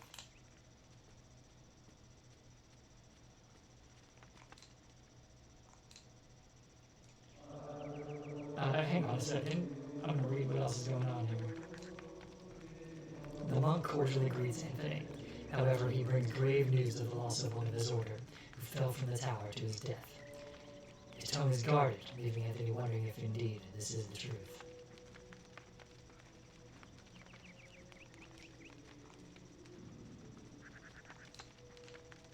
This monk informs Anthony that the order is awaiting the arrival of the bishop so that the funeral rites may begin. There is much grieving to do, since this is not the only recent death among the order.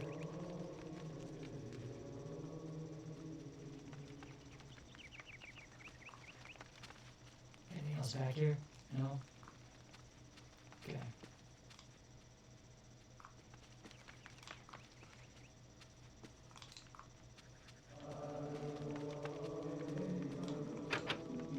Muffled voices emanate from inside the bishop's visiting chamber. However, the door is locked and Anthony will need the bishop's key to enter and gain an audience with Charlemagne.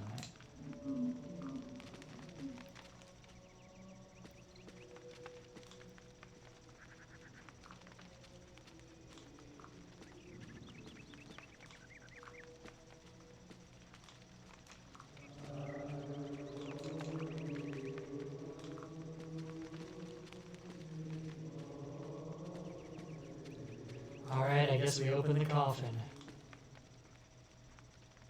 What did I do before to make the echo drop? I just switched inputs and then switched back. And I also unplugged my mic and plugged it back in. Is it still doing it now? Because this time I only switched inputs, so.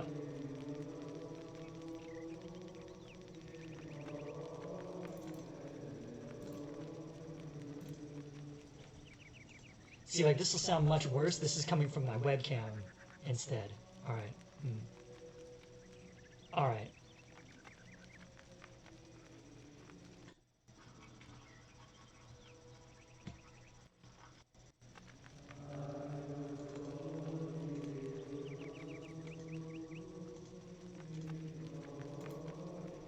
Okay, now I've unplugged and replugged. This should be the better mic now. Hopefully. Fingers crossed. Any better?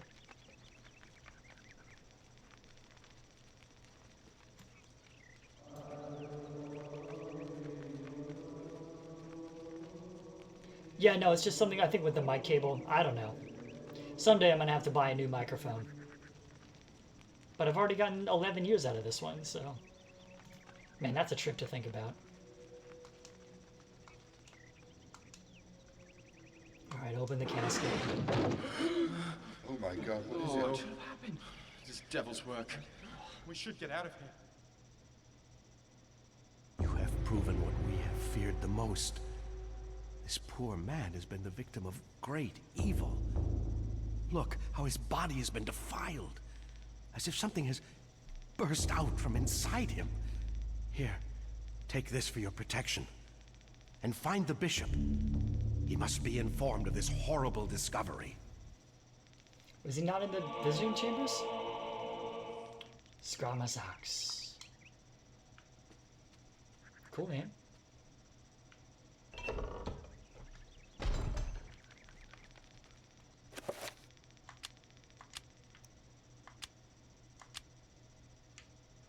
Message scrolls like this were often used to transfer messages securely. This one has a strange diagram on it consisting of a pentagonal shape with strange letters at each corner. When Anthony had opened the scroll, something strange happened. That something had been intended for the Emperor Charlemagne. Suspecting a plot against the Emperor, Anthony pledged that he would warn Charlemagne at all costs.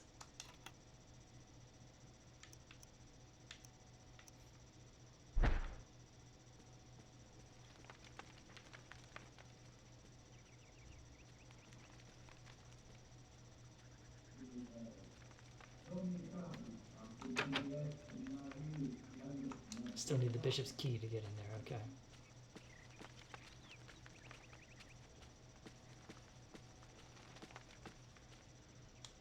Is it still creepy up here?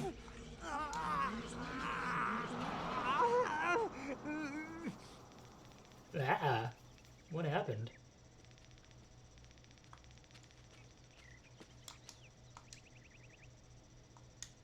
A blue urn rests upon the shelf. I'll pick it up in a minute.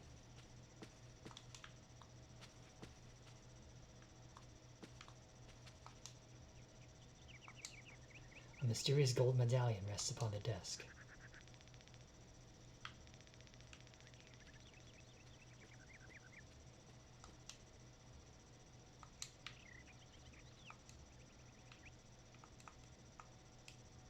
Among the tomes and manuscripts, a book brings attention to itself. Oddly pristine on the dusty shelf, it doesn't quite belong. Should Anthony move the book? Yes. Put the candle back. A bewildering array of books and tomes sorted neatly on a set of shelves. Mostly books of a religious nature. They sit beneath a skein of dust, as if no one has touched them.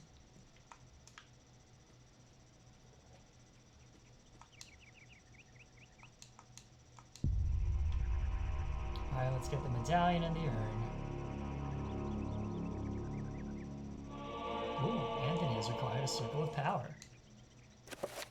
Circles of power describe the amount of power that a spell will have.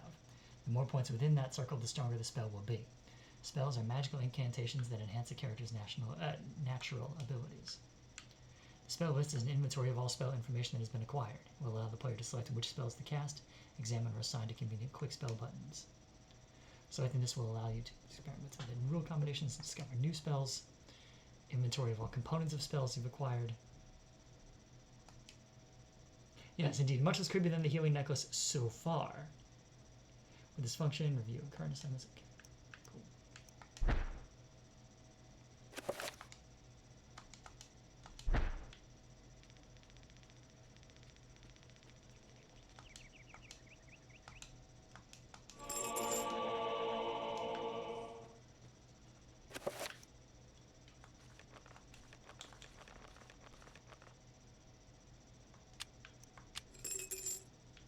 This urn has been glazed with a rich cobalt blue shellac, instilling it with an otherworldly spectral character. It has a strange sigil on its side.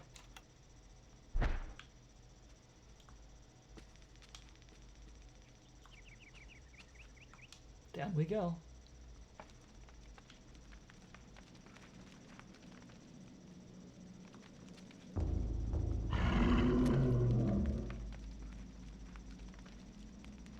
Oh, you don't look friendly. Ah, the mortifying ordeal of being known. And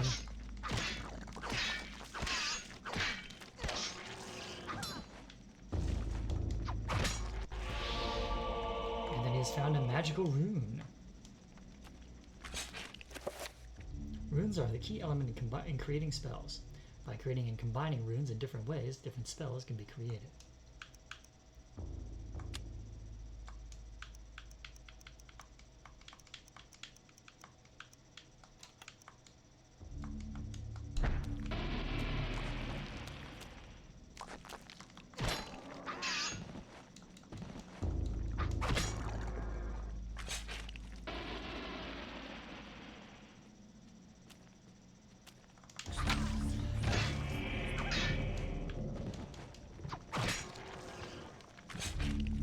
Almost out without him seeing me. Almost.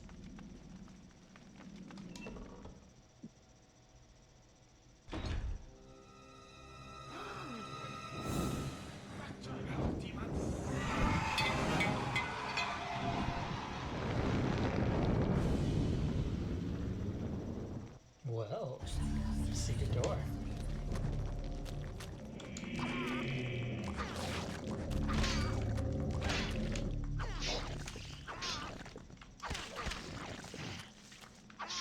Hey. Hey, you.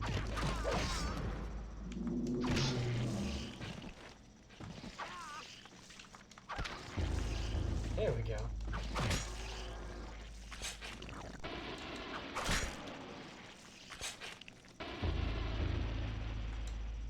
Grateful for his life, the monk tells Anthony what happened. He was carrying a sacred urn from the baptismal font when he was confronted by the bishop, who was brandishing a large blade and whose eyes were burned with an evil fire. Frightened, the monk dropped the urn out of shock and ran. Returning to retrieve the urn, he found only the sword the bishop had left behind. With thanks, he gives the bishop's sword to Anthony.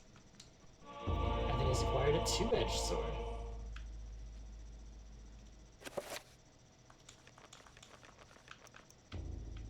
I only have one more inventory slot. Now filled by the torch.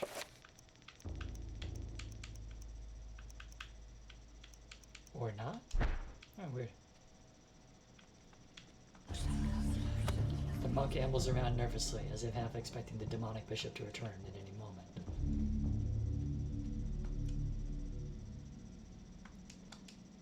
But I have a light source. I have a torch. Oh, here we go.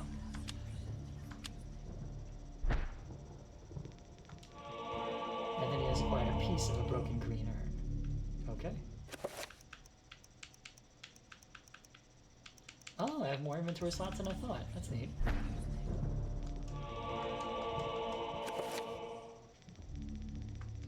Ah, well, that's a way to combine two or more items from the inventory into one.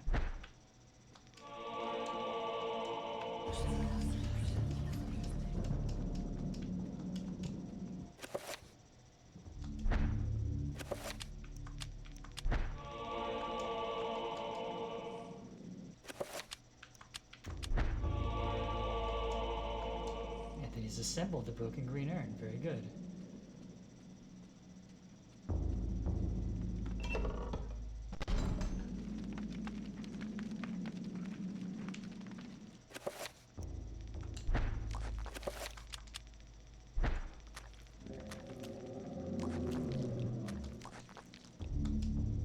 Carved stone tablet lies on the stone floor.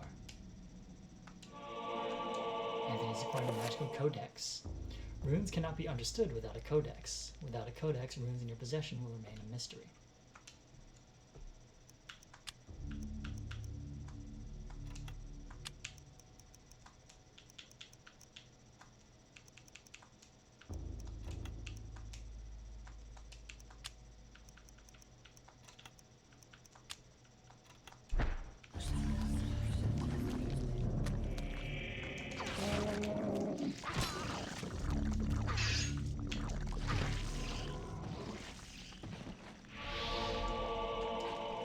And another magical rune. Cool.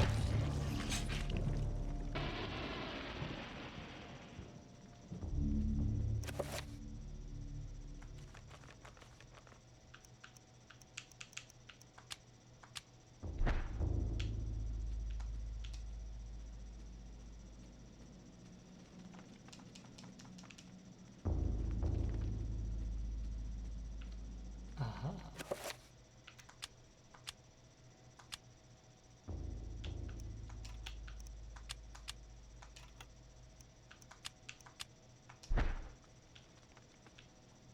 They just don't give that much light. Oh well.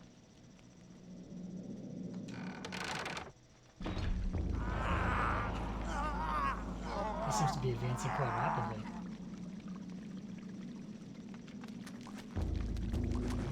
Ah, they saw me. Ow. Hey, hey.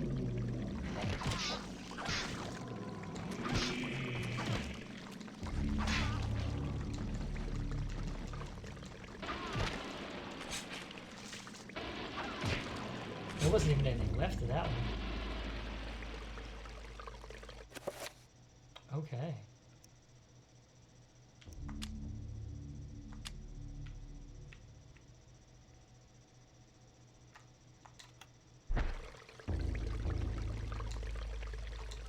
round red urn sits beside the fountain.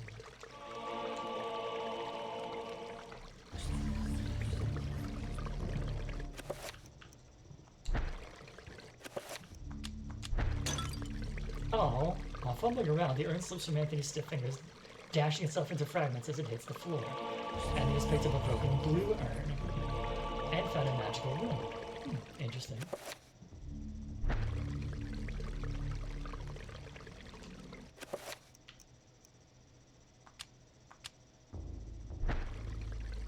Can I find the other fragments? Or is that it?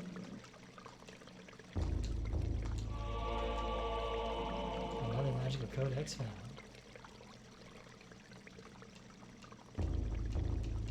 Oh yes, it is about 7, and I do need to go shortly. It's not quite 7 yet, so... but thank you for the note, Hanapenko. I appreciate it. An aged tapestry hangs on the wall. It is soiled from the dank atmosphere of the room and the corruption about it. I'm going to play out this scene, I think, and then that'll be it.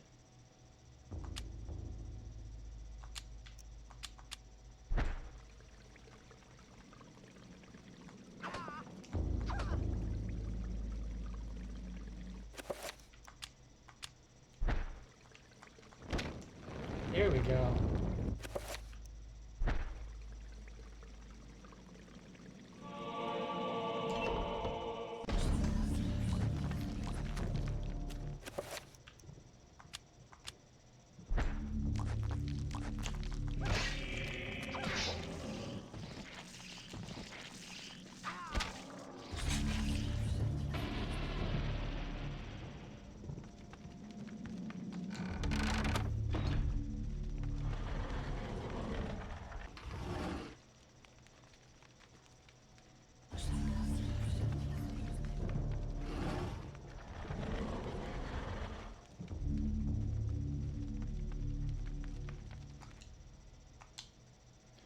Plate on the floor is carved with 3 curious circles.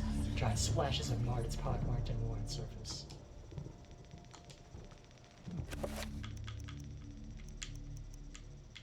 Where's my symbol?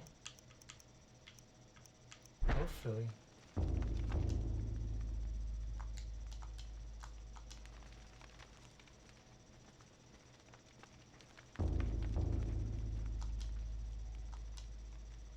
Amongst the books on the table rests an ancient scroll of what appears to be paper. Acquire the enchant item spell scroll. Through this function, the player can examine the contents of each spell scroll that has been acquired. To examine the spell scroll, press A. A torn scroll illustrated with a geometric symbol is accompanied by a small note. The note reads, "That which is broken shall be fixed. That which is dull will be sharp. That is the nature of the enchant item magic." The spell requires the Antorbok and Magormor runes.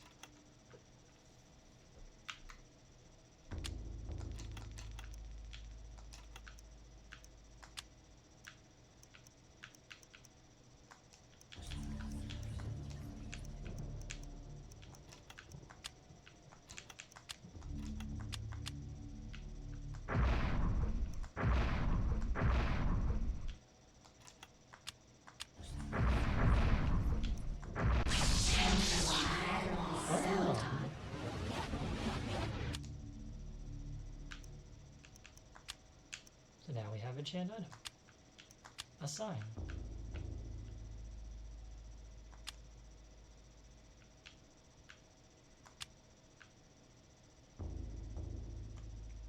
Okay.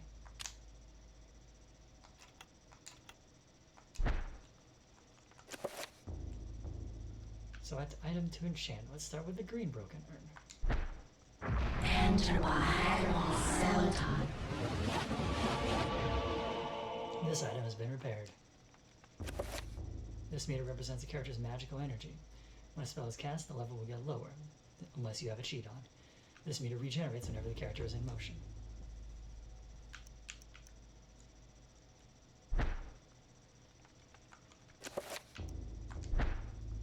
Enter by Selton.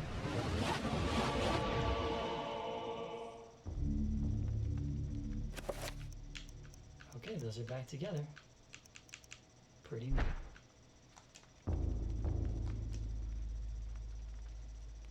Covered with arcane artifacts and texts, this table reflects the unholy presence within the church, a seething pit of iniquity and evil.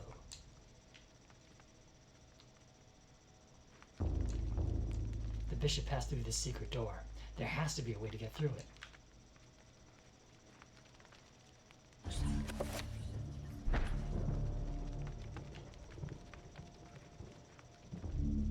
Oh, that was the one I needed. An ancient stablet leans against the bookshelf. Pick up. That's the magical codex that we needed.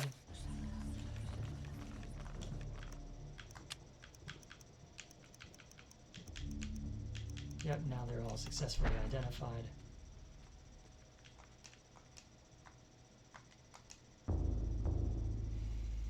Religious texts of an unspeakable nature, written in languages utterable only by monsters or corrupted humans.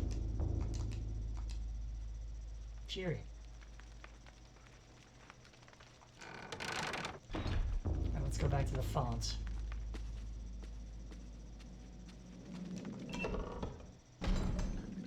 Anthony is looking paler, thank you for noticing. That was after the second time he got racked with weird yellow energy.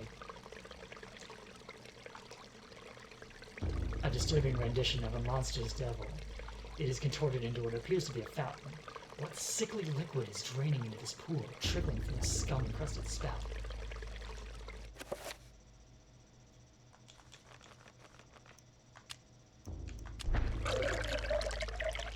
Ducking the urine into the foul-smelling fountain, it becomes filled to the brim with rank liquid.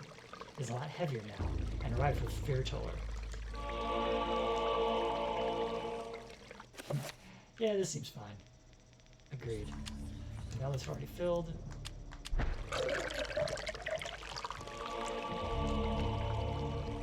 Okay, and back we go.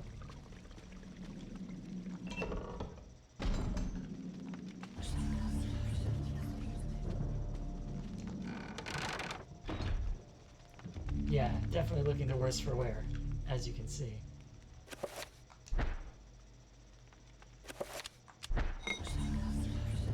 Although the urine appears to sit correctly in place on the pressure plate, there does not appear to be heavy enough to depress it.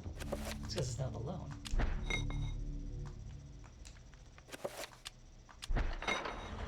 There we go.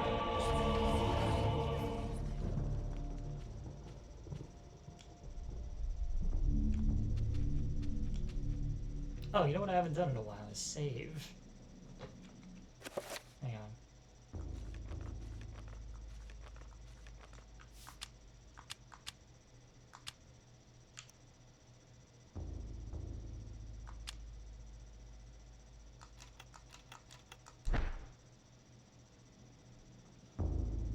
Additionally,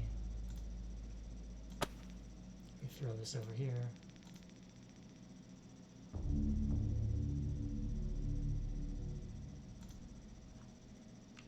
Okay.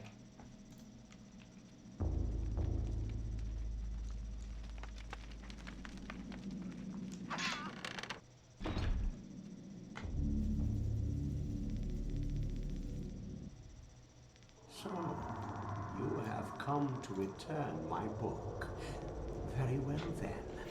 For your efforts, I promise a quick and merciful death. Yeah.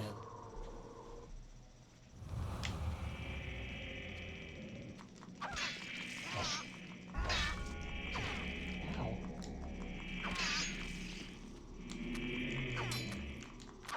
Hey. Ow.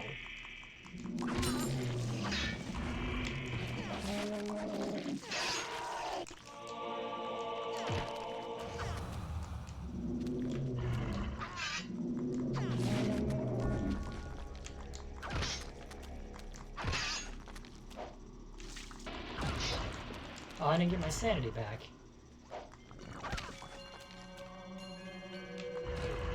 Ow. Get it back from you then, maybe. There we go.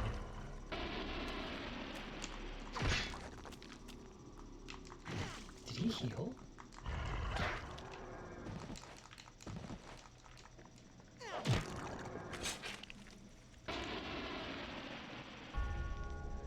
Adequately sane, if not necessarily healthy.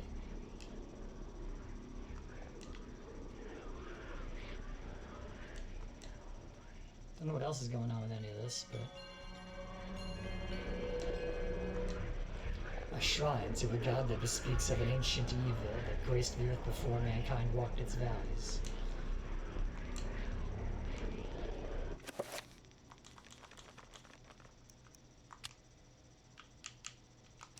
Can't use that there. Can't use that there. Unless I just take the bishop's key and run.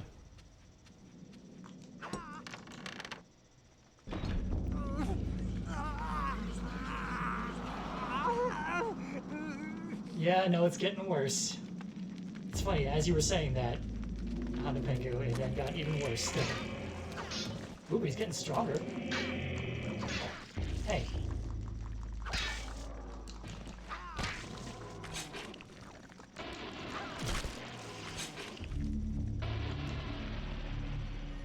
Our boy's hanging in there. Oh, this looks so cinematic. I love it.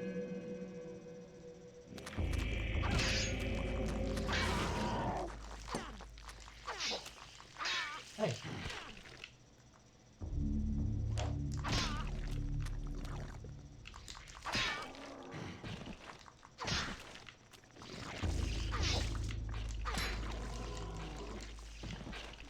Yeah. I'd say more lich than zombie, but I think you are definitely on the right track. Because it was a magical book that gave him this power.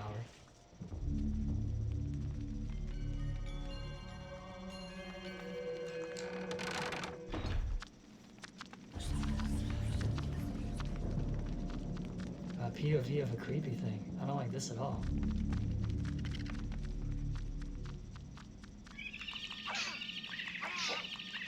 Oh, shoot. Ow. Got me.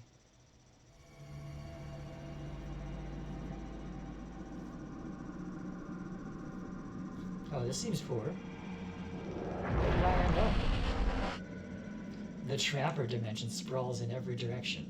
Whilst in this place, magic cannot be cast and humans are subjected to odd phenomena. The portals cycle from color to color as time progresses, and only the quick will escape.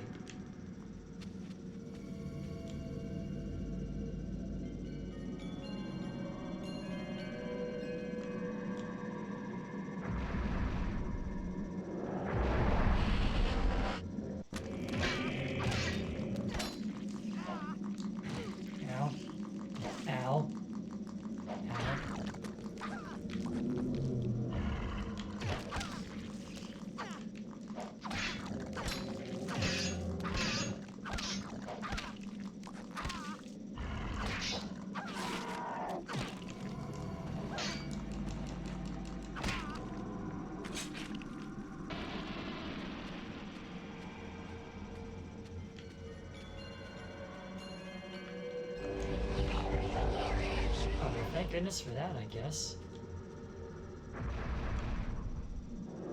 Yes, no, thank you, yes. What's it called? Yes. It is 7:10, yes. We're good for a little bit. I am going to finish this chapter and then be good.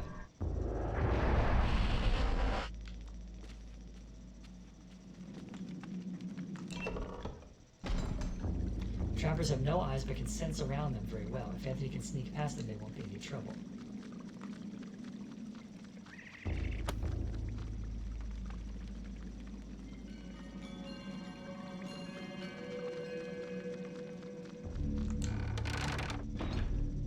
Yeesh.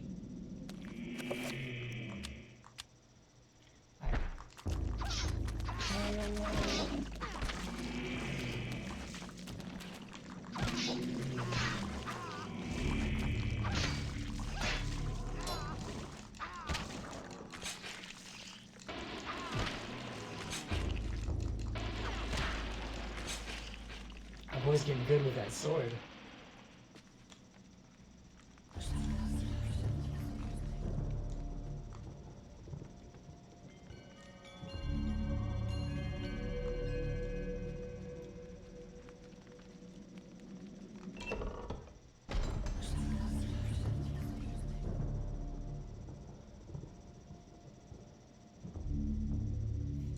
Oh, this will be fun. Let's talk to him.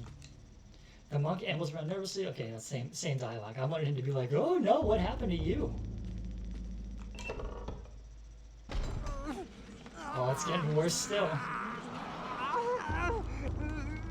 Ugh.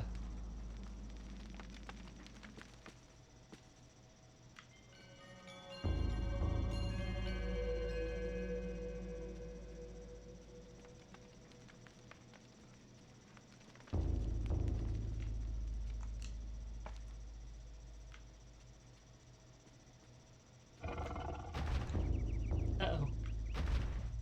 That sounds big. My word.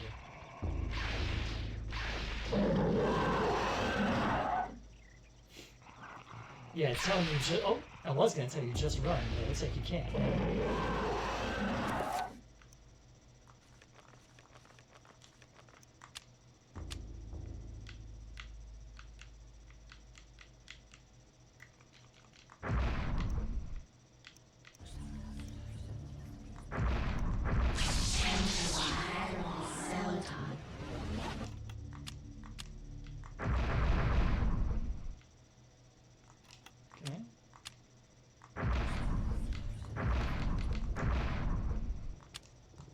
Nothing else there. Okay, great. So now I just gotta fight this thing. Ow! How?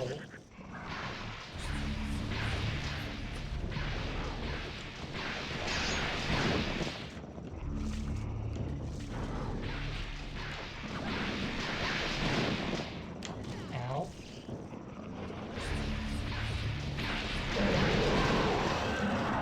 Okay, we got one arm down. How? How?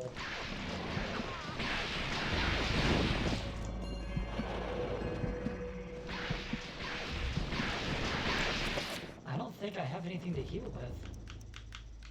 This may be it. Oh, that's it. Oh no! Oh, reanimated. Cannot lose.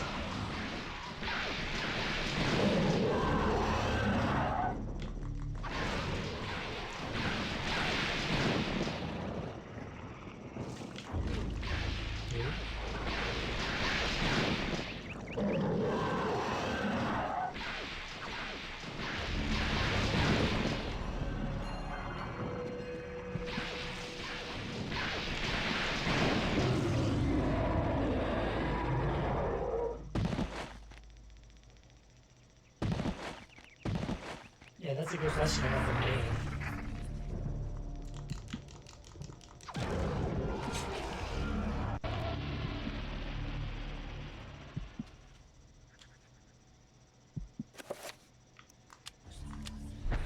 Let's try and look presentable by not holding a weapon. Oh, never mind.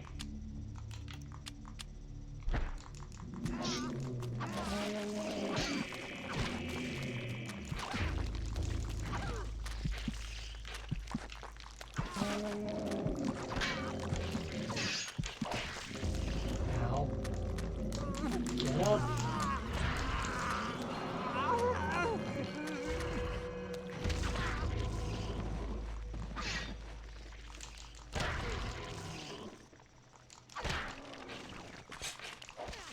Hey, rude. Rude.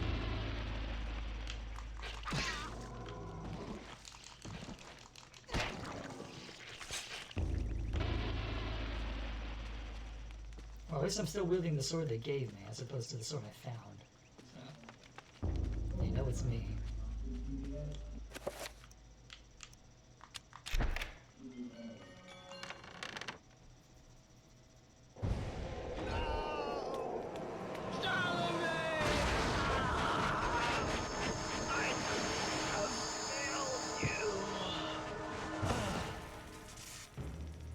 You are a fool for trying to save him, Anthony. His fate was decided many centuries ago, as is the fate of this world. Despite your faith, there is little to save you from the power of Chitauri. Whoa! That's pretty intense.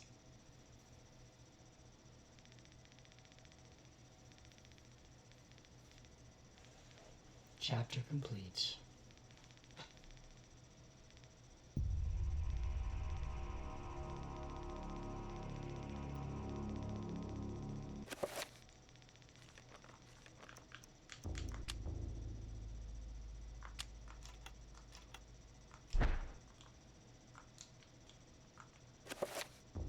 Aha, now I can enchant this broken second floor key though.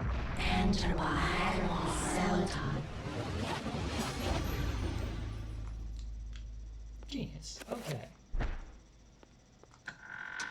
So what I'm gonna do is go up to the second floor. Excuse you.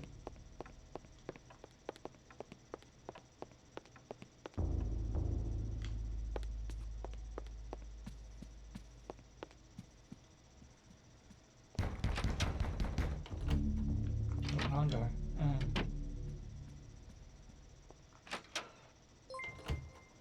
Oh, hey! Hey, I know that name.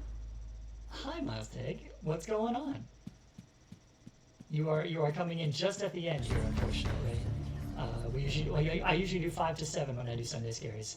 And I have just hit the stopping point for this chapter. I'm going to save it now. Let's go ahead and here. Save that game. All right. Yeah, totally. So yeah, most Sundays, 5 to 7 p.m., spooky games of some variety. It's probably going to be Eternal Darkness until I finish that one, and then if I finish that before Halloween, then, I don't know, Luigi's Mansion, maybe? I don't know. Something suitably spooky. Yes, okay, so we're gonna wrap it up for here, and I would like to thank Hana Pengu, and Pukara, and Miles Teg for tuning in and being here for my first playthrough of Eternal Darkness. Oh, Slay the Princess, yes! We're going to do at least some sort of special stream for Slay the Princess when that officially comes out. Yes, thank you, Hana Pengu. Good call. Because that's coming out early October, I think? Yes, alright. Alright, and so then, until next time, good night out there, whatever you are.